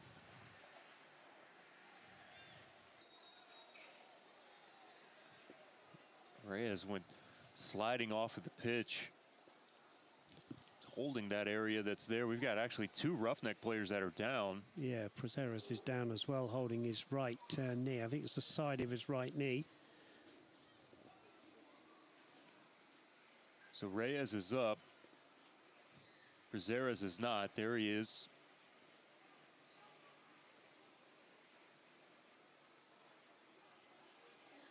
He's going to hop up. Looks like he's holding that right ankle area. Try to stretch it out. like he's going to be okay to continue. Well, 25 minutes left in this one. And the Roughnecks have this slender lead. Big 25 minutes for both teams.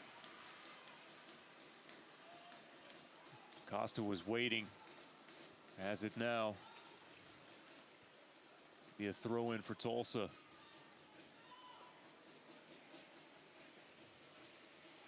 Don't forget, you can continue to enjoy USL on ESPN through the 2020 season. Excited to announce that the championship in League One will remain with the leader in sports for 3 more years. ESPN Plus will continue to be the home of USL Championship and League One. 19 games a year featured on the ESPN family of networks as well, including 9 games on ESPN Deportes. You can continue to follow, support, and watch your club on ESPN and ESPN Plus. DaCosta, brilliant ball, Mensah. Too many defenders to sneak that one through. They're on the run. Cochran has it. Plucked it off the top of the grass. Well, what the Roughnecks would give now for a 3rd goal. I mean, it's, you know, still a very, very slender lead, isn't it? And, you know, a team like Fresno, anytime, you know, on the attack, trying to dominate possession again. Still, they've had the lion's share of possession. They've had the lion's share, but over the last 10 minutes or so, that hasn't necessarily been the case. You've seen the Roughnecks have much more of the ball. Rosaris. Yeah, Roughnecks have had the better of the attacks. That's a great piece of skill. Look at that. Right past Casillas. And then give it back to Resende. On the run. Two players got tangled up right at the edge of the 18. I think his right leg's okay now, isn't it? It looks okay after that. Maybe we can have a look at that in a moment.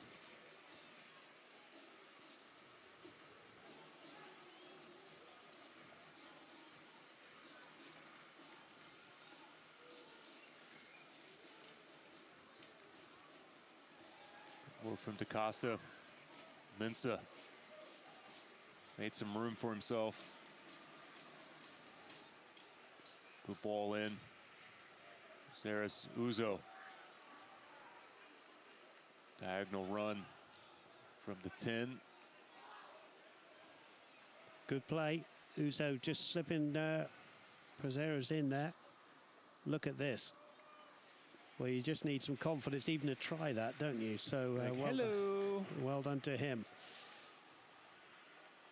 Long throw coming up again from Sheldon.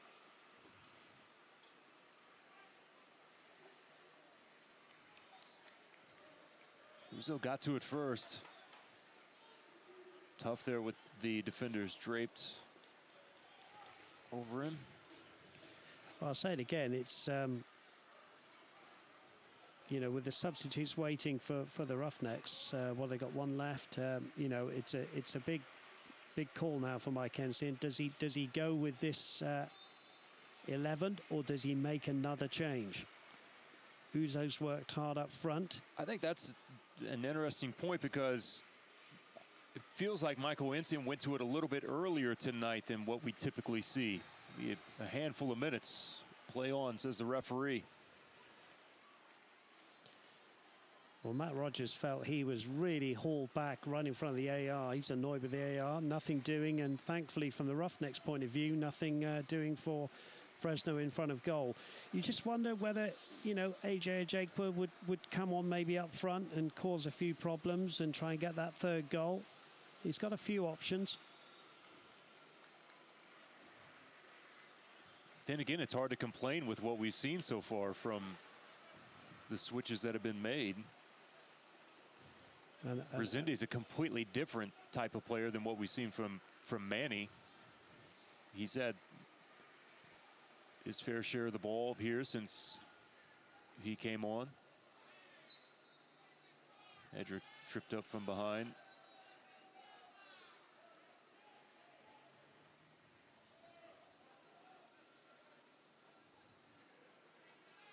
Edric and Roberts, of course, at the heart of the defence. A really big 20 minutes now. They don't want to make a mistake.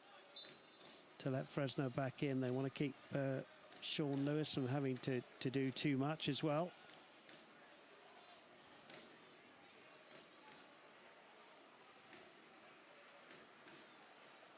That's good defending from Daly there, just holding his ground, making sure that Uzo knew he was there. Ball sails over Uzo's head, harmlessly away for a goal kick. ESPN 3 on September 11th. It's another edition of Wednesday Night Soccer. Prazeres, that will be a corner. Well, Prazeres looks dangerous every time he gets in and around the box, doesn't he?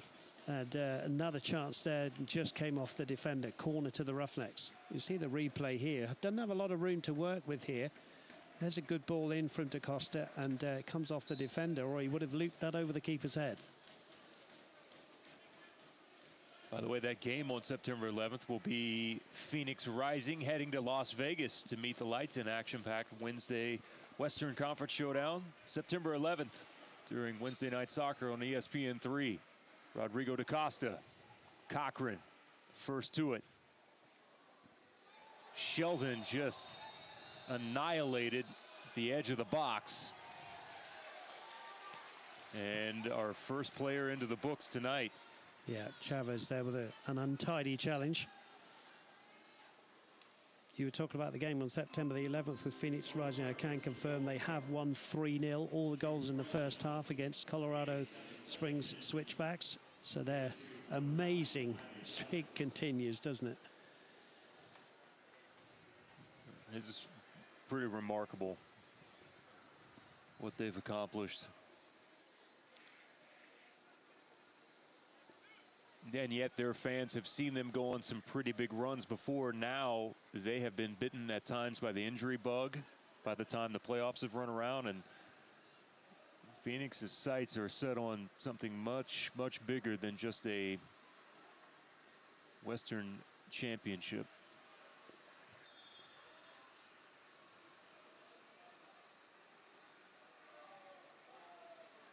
Headed away by Daly. Good ball in, wasn't it? But good defensive play by Daly.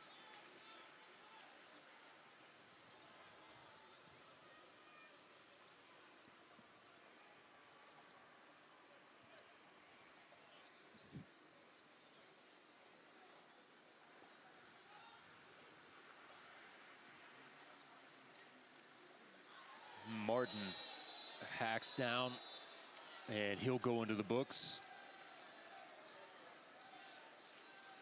More frustration for Fresno and their coach, Alan Smith, who looks on over there. Just wondering how his team are going to get back into this one. Here's the Martin foul. Brave header from Prazeres, and then Martin, should we say, went low and kicked him in the knee. And Prazeres is in a little bit of discomfort here. Will need some treatment. There's the man who's just gone into the referee's notebook, Martin.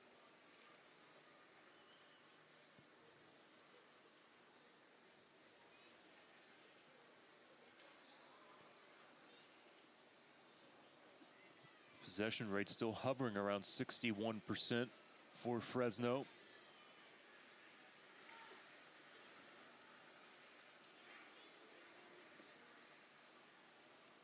Hope that Marlin is okay and will be able to continue. I think from the Fresno point of view, everything's got a little bit untidy, hasn't it? There's been a couple of yellow cards, a couple of fouls, but that is because of the way the Roughnecks are playing, and you've got to compliment the Roughnecks. You know, second from bottom of the league, without a win for a very long time. They really have played well tonight, and they've taken the game, especially in the second half, to Fresno and kind of pinned them back a little bit. So Fresno will look for anything now to come away from One Oak with something. Roughnecks desperate now for the clock to run down and see out this last 15, 16 minutes plus the injury time. You see there Mr. Smith walking up and down the bench area here.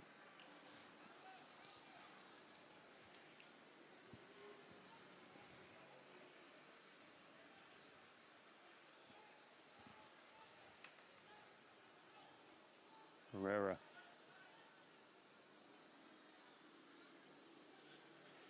Roughnecks midfield there one more time. Yeah, Reyes again has done extremely well. Manny Gonzalez has been substituted, did his bit. Reyes has done his bit as well. Looked like a foul, and is. And that was just from the guilty party, Martin. Got to be careful. Prazeres is now looking to see whether he can come off the field, and I think his coach is going to say, you stay on there, lad. We'll just see the foul here. I'm sure Mike Ensign would be desperate for him to stay on. I think he's kind of waved it away and said, come on, we need you. But Jakewell is up, though, with some movement.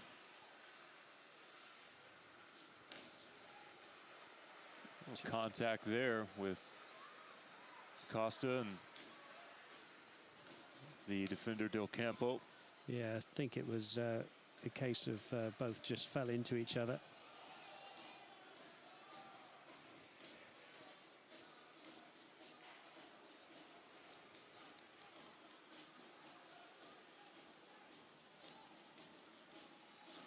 The ball towards the corner and the flag is up. Good line held by Cyprian Hedrick and his men back there. Trying to squeeze out the play a little bit. Good vision from Juan Pablo. Prazeres is down. Yeah, Prazeres down again. Juan Pablo Caffa cannot believe it. But I think, to be fair, if Prazeres is injured, and I'm sure the referee's got the watch stopped anyway. There he is, just telling Juan Pablo Caffa that he is stopping the clock. I think Juan's looking over at the Roughnecks bench and is basically telling them that they should get a sub up and get ready. I'm just looking over there. My eyes aren't as good as they used to be, Pop, but I'm wondering whether it's Fredlin Montpremier who's getting ready. It does look like it is Fredlin. I see the 17 jersey being pulled on. Montpremier had the start on Wednesday here in the draw with Las Vegas. Well, he will certainly give some fresh impetus to the attack. Would probably come on like for like. Montpremier on the right-hand side. Uzo will stay in the number 9 position. Mike Ensign's last substitution, of course. But I don't know if they're going to make it right now, are they? Yeah, I think here he comes now. Yeah.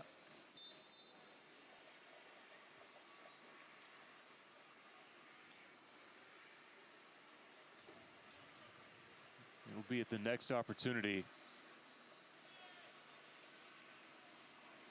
Because I don't think Prazeres is going to even attempt to try to get back on.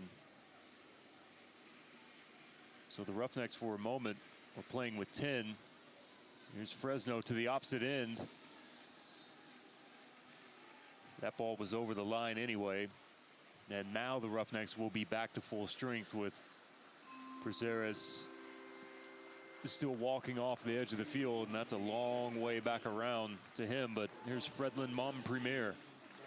I think if you're a Fresno fan watching in, you would say that the quality of your last ball into the box just hasn't been up to speed. I mean, yes, it was for the goal. Wonderful ball in for Chavez to score the goal in the first half. But apart from that, there's been a few that have gone on top of the net, and a couple have gone for glory into the side netting. Ellis Hayden's ball is a prime example of that earlier on here in the second half.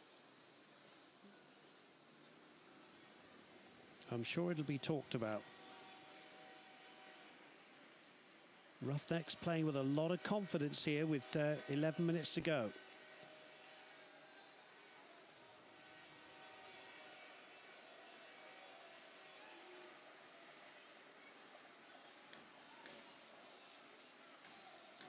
Communication there with Rogers and Resende. There's Ensign shouting out directions. Looking down at a few notes in his hand.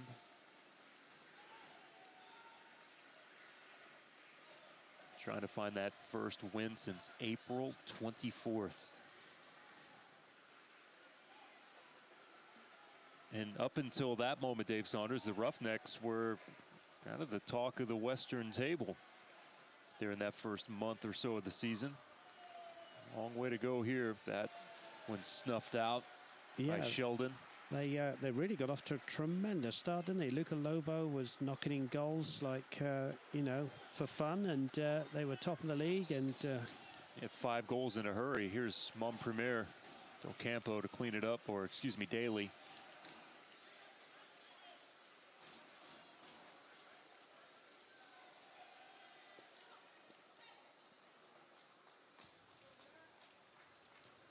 Yeah, set a franchise record for number of goals scored in the first handful of matches, and then from there it dried up.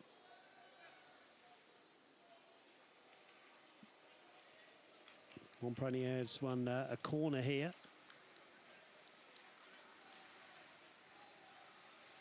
And I don't think Da Costa will be in any hurry to take it. Here he is trotting across.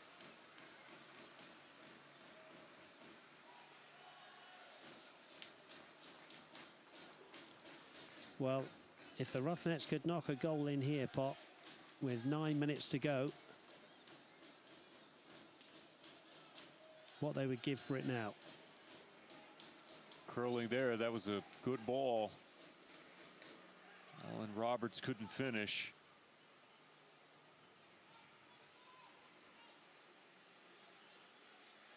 Kaffa.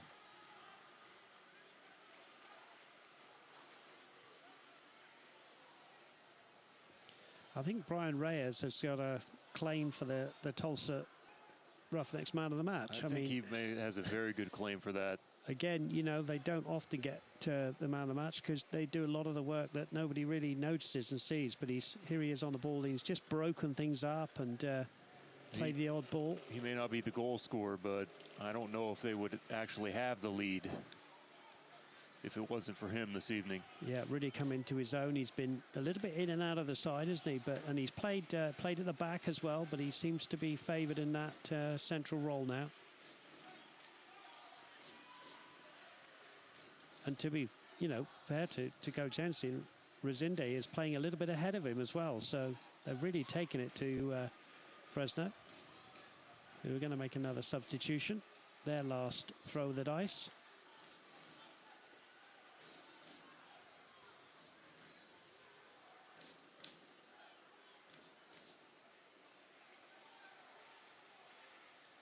Martin keeps it alive.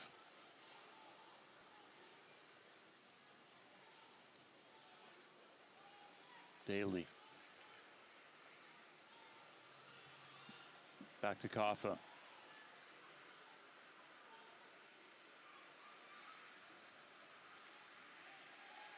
Ellis Hayden from the corner. About that battle with Matt Rogers. And the referee's going to blow a whistle and point in the direction of a penalty. And not too many complaints from the Roughneck players. I think they all know. A couple of them talking to the referee now. Reyes is saying, you know, what could the lad do? It would be interesting to see on the replay. Referee, to be fair, great position. You see him there, look. And here we see maybe, I think it's Reyes who treads on his toe. And down he goes. Well, you've seen them given. You've also seen them not given. Now, can Sean Lewis be a hero? As Fresno make their last substitution, Martin's going off there.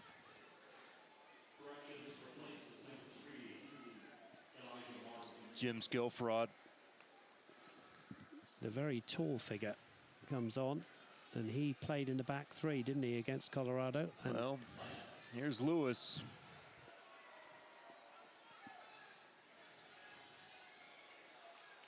Here in the 85th. Penalty given. River backs away now, steps towards it, and sends it over the top of the bar.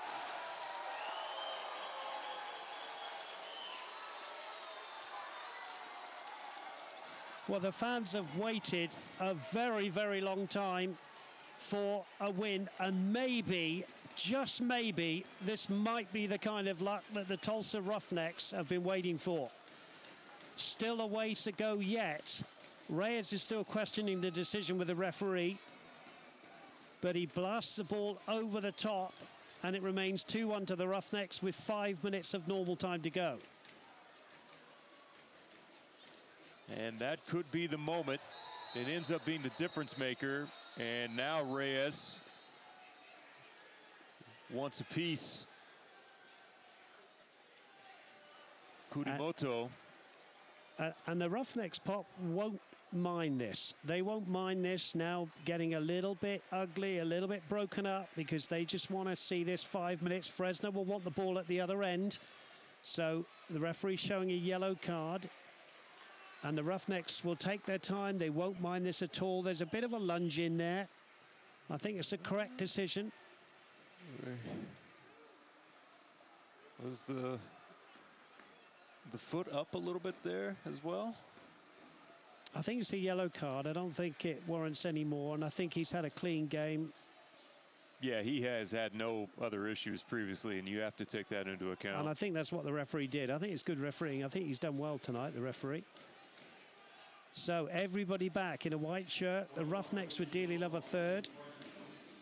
4 minutes to go. Mike Ensign down on his haunches, looking on. And now Toby Uzo's down with cramp. Cyprian Hedrick lending a hand. I think we're going to see a pretty big number on the board at the end here, Popper. I want to say 5, maybe even 6 minutes, because there's been a few stoppages. And the Roughnecks fans just starting to believe with that penalty miss. DaCosta. Seen better efforts. Kept alive by Resende. And Cochran. Long driven ball. Settled by the goal scorer, Chavez.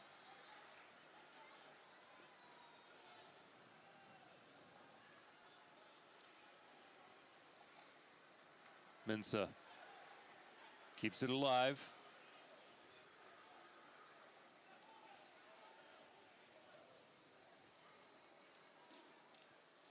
Back to Lewis. Skyward. 88th minute. Fresno have gone to their more favoured 3 at the back now.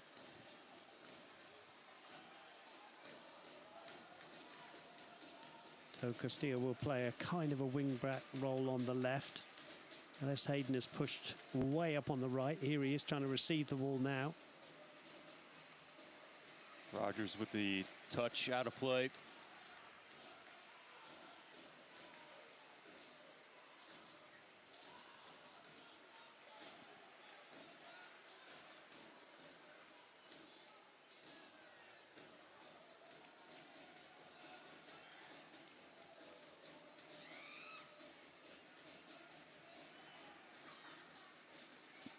Ellis Hayden. Alan Roberts, the defender, got to it first.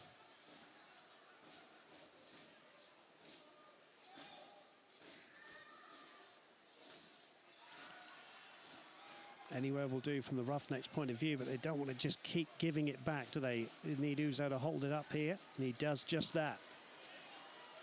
Costa running onto it now. Mensah with a chance. And Cochran is there. Well, Daly there didn't know whether to lunge in and risk a red card. In the end, him and Cochran just about did enough. Mensah just not able to get on the end of that one and kill the game off.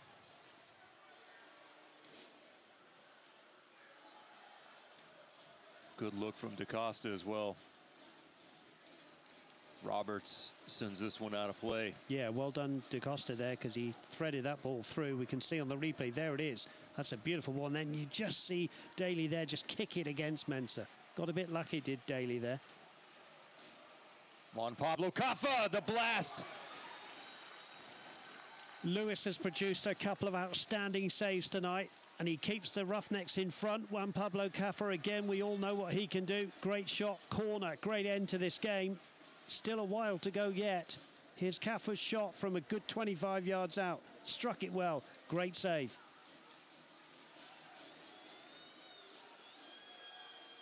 Missed clearance there from Resende. And then he hustles back for the nice tackle. We're going to see a rather lengthy number flashed up. And it doesn't surprise me at all. Casillas You know, we've seen a few Roughnecks players going down with injuries. And there it is, 6 has been added here.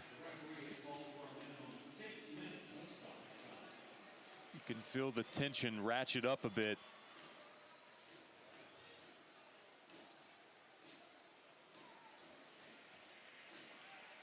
And that will continue to grow the longer that we play, getting closer to those 6 minutes. Well, the Roughnecks were so close, as you alluded to in the commentary in Portland. Snatched away at the end. Is it going to happen again? Here's Castillo. Montpremier tracking him down.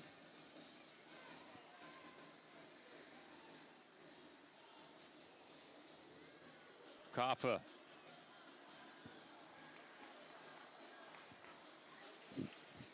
This will be a throw in deep.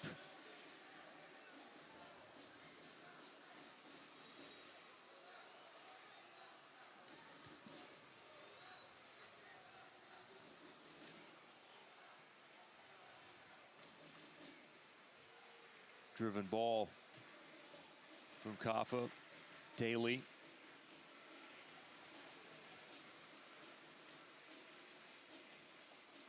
Roughnecks now have kind of packed it in. There's a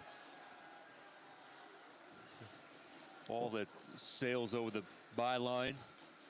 Well, you can almost feel the frustration in California with the Fresno fans tuning in, because that's been the story of the night a little bit, hasn't it? There's La Union who've stuck with it and seen a penalty miss and are desperate for this win. In 4 minutes' time, they're hoping the whistle will go and they'll see the first victory since April. But that overhit ball from Daly there has just been the story of the night from the Fresno point of view. Still time yet, though. Be a yellow card for Sean Lewis. Or will it be, yeah, yellow card for wasting time? I don't think he'll mind too much, Pop, will he? Gets a few seconds off the clock. Yeah, I don't think anyone will mind that one. Well, we've played 2 minutes of the 6, 4 minutes to go.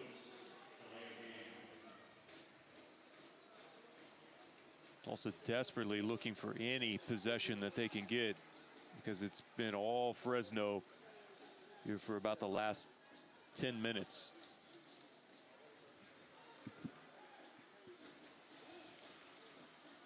And here's exactly what Tulsa was looking for.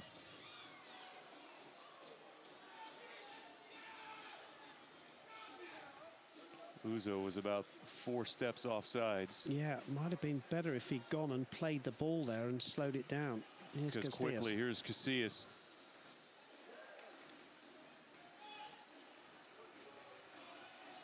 Have to be careful here.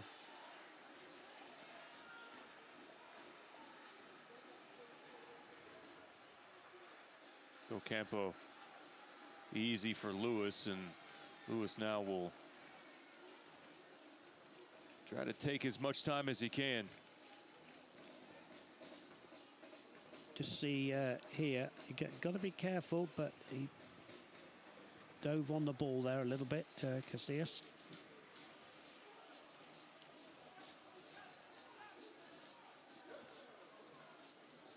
Well, less than 3 minutes left of the 6.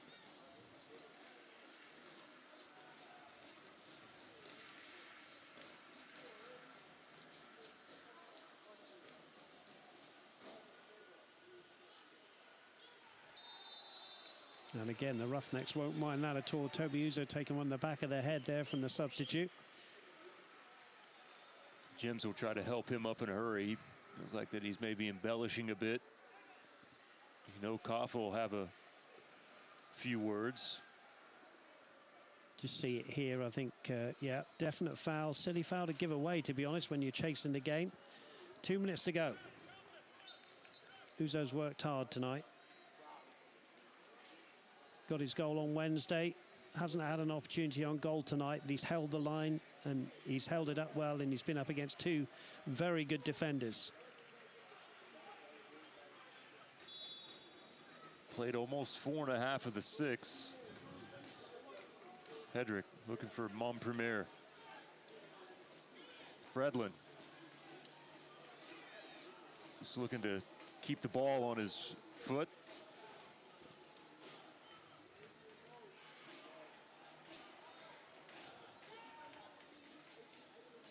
Rogers with an unforced error.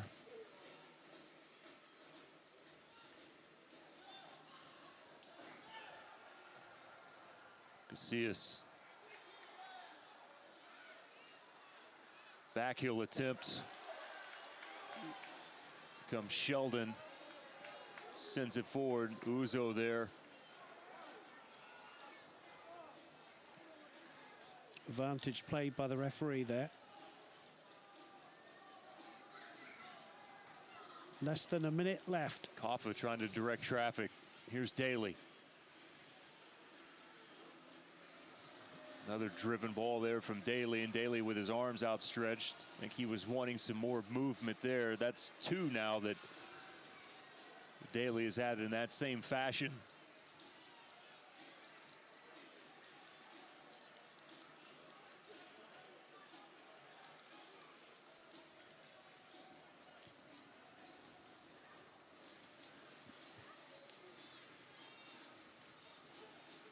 Lewis puts this one in the air. The referee takes a look at his watch. It's been a long road for the Roughnecks since April. Brilliant from Uzo, and that could just about do it. And it does. And that is going to do it. And for the first time since April 24th, a 2-0 win against the Colorado Springs Switchbacks FC here at One Oak. The Roughnecks have taken 3 points from the second place team out west in Fresno. And who can blame them for coming together as a team exactly like that and celebrating this moment? Well, it takes some strength, Pop, doesn't it? I mean, you know, there's been some dark moments where things haven't gone well. They've been hit for 5, they've been hit for 6, they've been hit for 4. The goalkeepers are going to embrace now, because Lewis, don't forget his part that he played tonight. He made a couple of great saves, and that's a great moment just out of his shot there, the 2 goalkeepers hugging. And, you know, credit the coach who's kept going and going and going. And, you know, Fresno came, they're a good team. They'll bounce back from this, but the moment belongs to the Tulsa Roughnecks, who've got their first win, as you say, since April. And they are coming together as a squad, the coach, everybody. The backroom staff, they're all in this together, because that is a moment of relief, and they can build on this. Remember, 4 points now from this game and Wednesday's game. They can go away from One Oak now and take some pride back to this great Tulsa Roughnecks football club. We had talked about if they could be in the spoiler position, not quite spoiling, say, the playoff efforts from Fresno, but this is one that will go down as an extremely questionable loss from Fresno in their pursuit of trying to claim that second spot out west, as they're in a dead heat with Reno trying to close it out. And that also ends the 4-game unbeaten streak on the road for Fresno as well. But tonight belongs to the Roughnecks, and it is their story to tell. See some of the fans. There's Allen there holding up the scarf tonight. Well, and let's not forget the fans, Pop, because they're the ones that have to, you know, keep with it and keep coming back and not giving up on the team, and they're rightly being applauded now by the team. You know, as we said, Fresno will bounce back from this. The Roughnecks have really, this has been a great spirited performance, you know, first and second half. They gave up some possession. There's the fans who've stuck with it. And, you know, amazing. Well done to the Roughnecks. Wednesday night, the thing that we had mentioned was momentum off of the pitch. With the Kraft family now owning the Tulsa Roughnecks, the direction that they want to move the franchise in. Could that momentum translate, and to take 4 points in 2 matches, given the history of 2019, I think you can absolutely say the momentum has carried over. Here is maybe the goal of the year in USL in 2019. And well done again to our great camera crew. 2 views there, switching in for Rodrigo da Costa, chesting it down. That's the first bit of skill. Back to goal, giving the keeper no chance to second. Here it is. Look at this. Brings it down here off his chest. That is an amazing piece of skill. Did you see both hands go to the head of Matt Rogers? He couldn't believe what he just witnessed. Well, an incredible performance tonight by Tulsa. And we'll take a look at the second goal here in just 1 second as they march across the end of the stadium here. And here comes the second goal, and it was that man again, Rodrigo da Costa. Perfect ball through, perfectly timed run. And a great moment for that lad who had to come off injured in the end, but he played his part tonight as well. But look at this from da Costa. That's great vision. That's great vision. And then the keeper, no chance with that first touch, and a great goal for the Roughnecks, which proved to be the winning goal. The first goal for Prazeres in a Roughnecks uniform. See there Sheldon having a chat with the young fan. And this right here was also one of the giant moments of the night. Well, sometimes in this wonderful game, you need bits of luck. And, you know, whether it was a penalty, whether it wasn't, it was given. And the lad blasts it over the bar. It belongs to the Roughnecks tonight. It just was meant to be that wasn't going to go in the net. And there's Toby Uzo, who must be exhausted. He's still got a smile on his face. But there he is. He's worked so hard tonight. Didn't have one chance on goal. But, wow, did he work hard against those 2 tough central defenders. And he's brightly high-fiving the fans who stuck with him. Well done, the Roughnecks. Well done, Toby Uzo. Well, the Roughnecks will not be back at One Oak until September 21st with Orange County coming to town. That's the rematch of week 2 when the Roughnecks won 5-3 in a wild one out on the West Coast. And it'll be a quick turnaround as well with Orange County and then San Antonio just 4 days later on the 25th. So it'll be a little under a month until we see them back. And up next for the Roughnecks on the road at El Paso and at Rio Grande Valley. And 4 points in the books in 2 matches here as we close out August. For the crew here at One Oak Field, great camera work tonight to everyone, and everyone in the booth as well for all of their hard work. Dave, see you back here in a little under a month. Can't wait. And there's Mike Ensing. Congrats to him and everybody at this fine club. For Dave Saunders, I'm Jeremy Poplin saying have a good night from downtown Tulsa at One Oak Field, where the Roughnecks prevail over Fresno FC 2-1.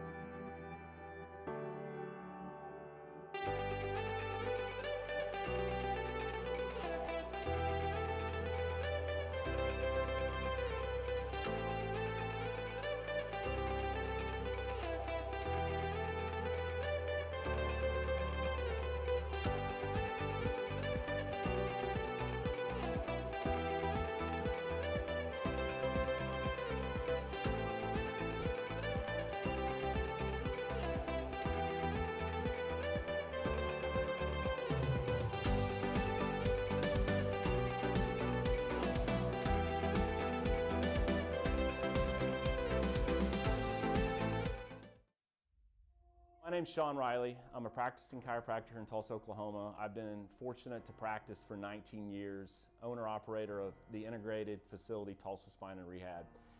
This is what sets us apart at Tulsa Spine and Rehab. Integrated care. We have multiple different providers providing multiple different options for multiple different types of conditions. We have a concise treatment plan. What that means is it's not going to be open-ended. We're going to make specific recommendations. We're going to get you feeling better as quickly as we possibly can.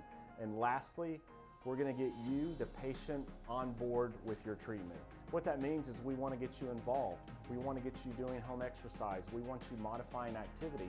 And what that means is we're going to try to keep you out of this office. Ultimately, we want to get you moving.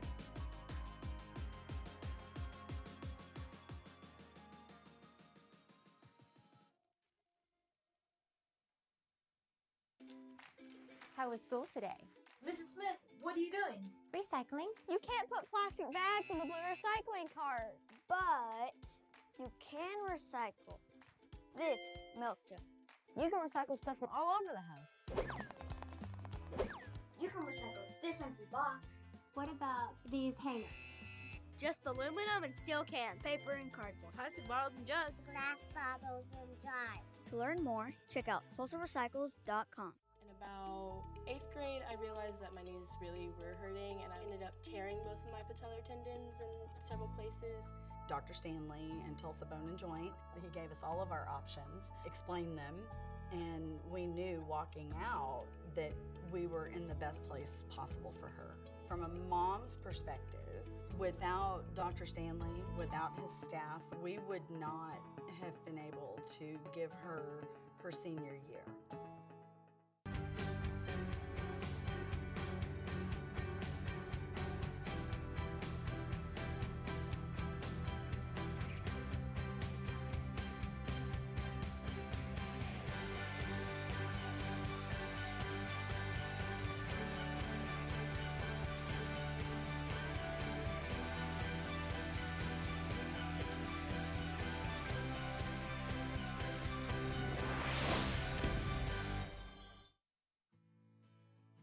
I'm Chad Smith with Becco Contractors.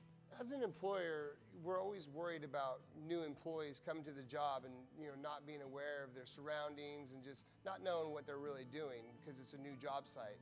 So the partnership with Tulsa Tech has really helped us take that worry out of the equation. We know that they're fully trained and ready to go by the time they show up on the job.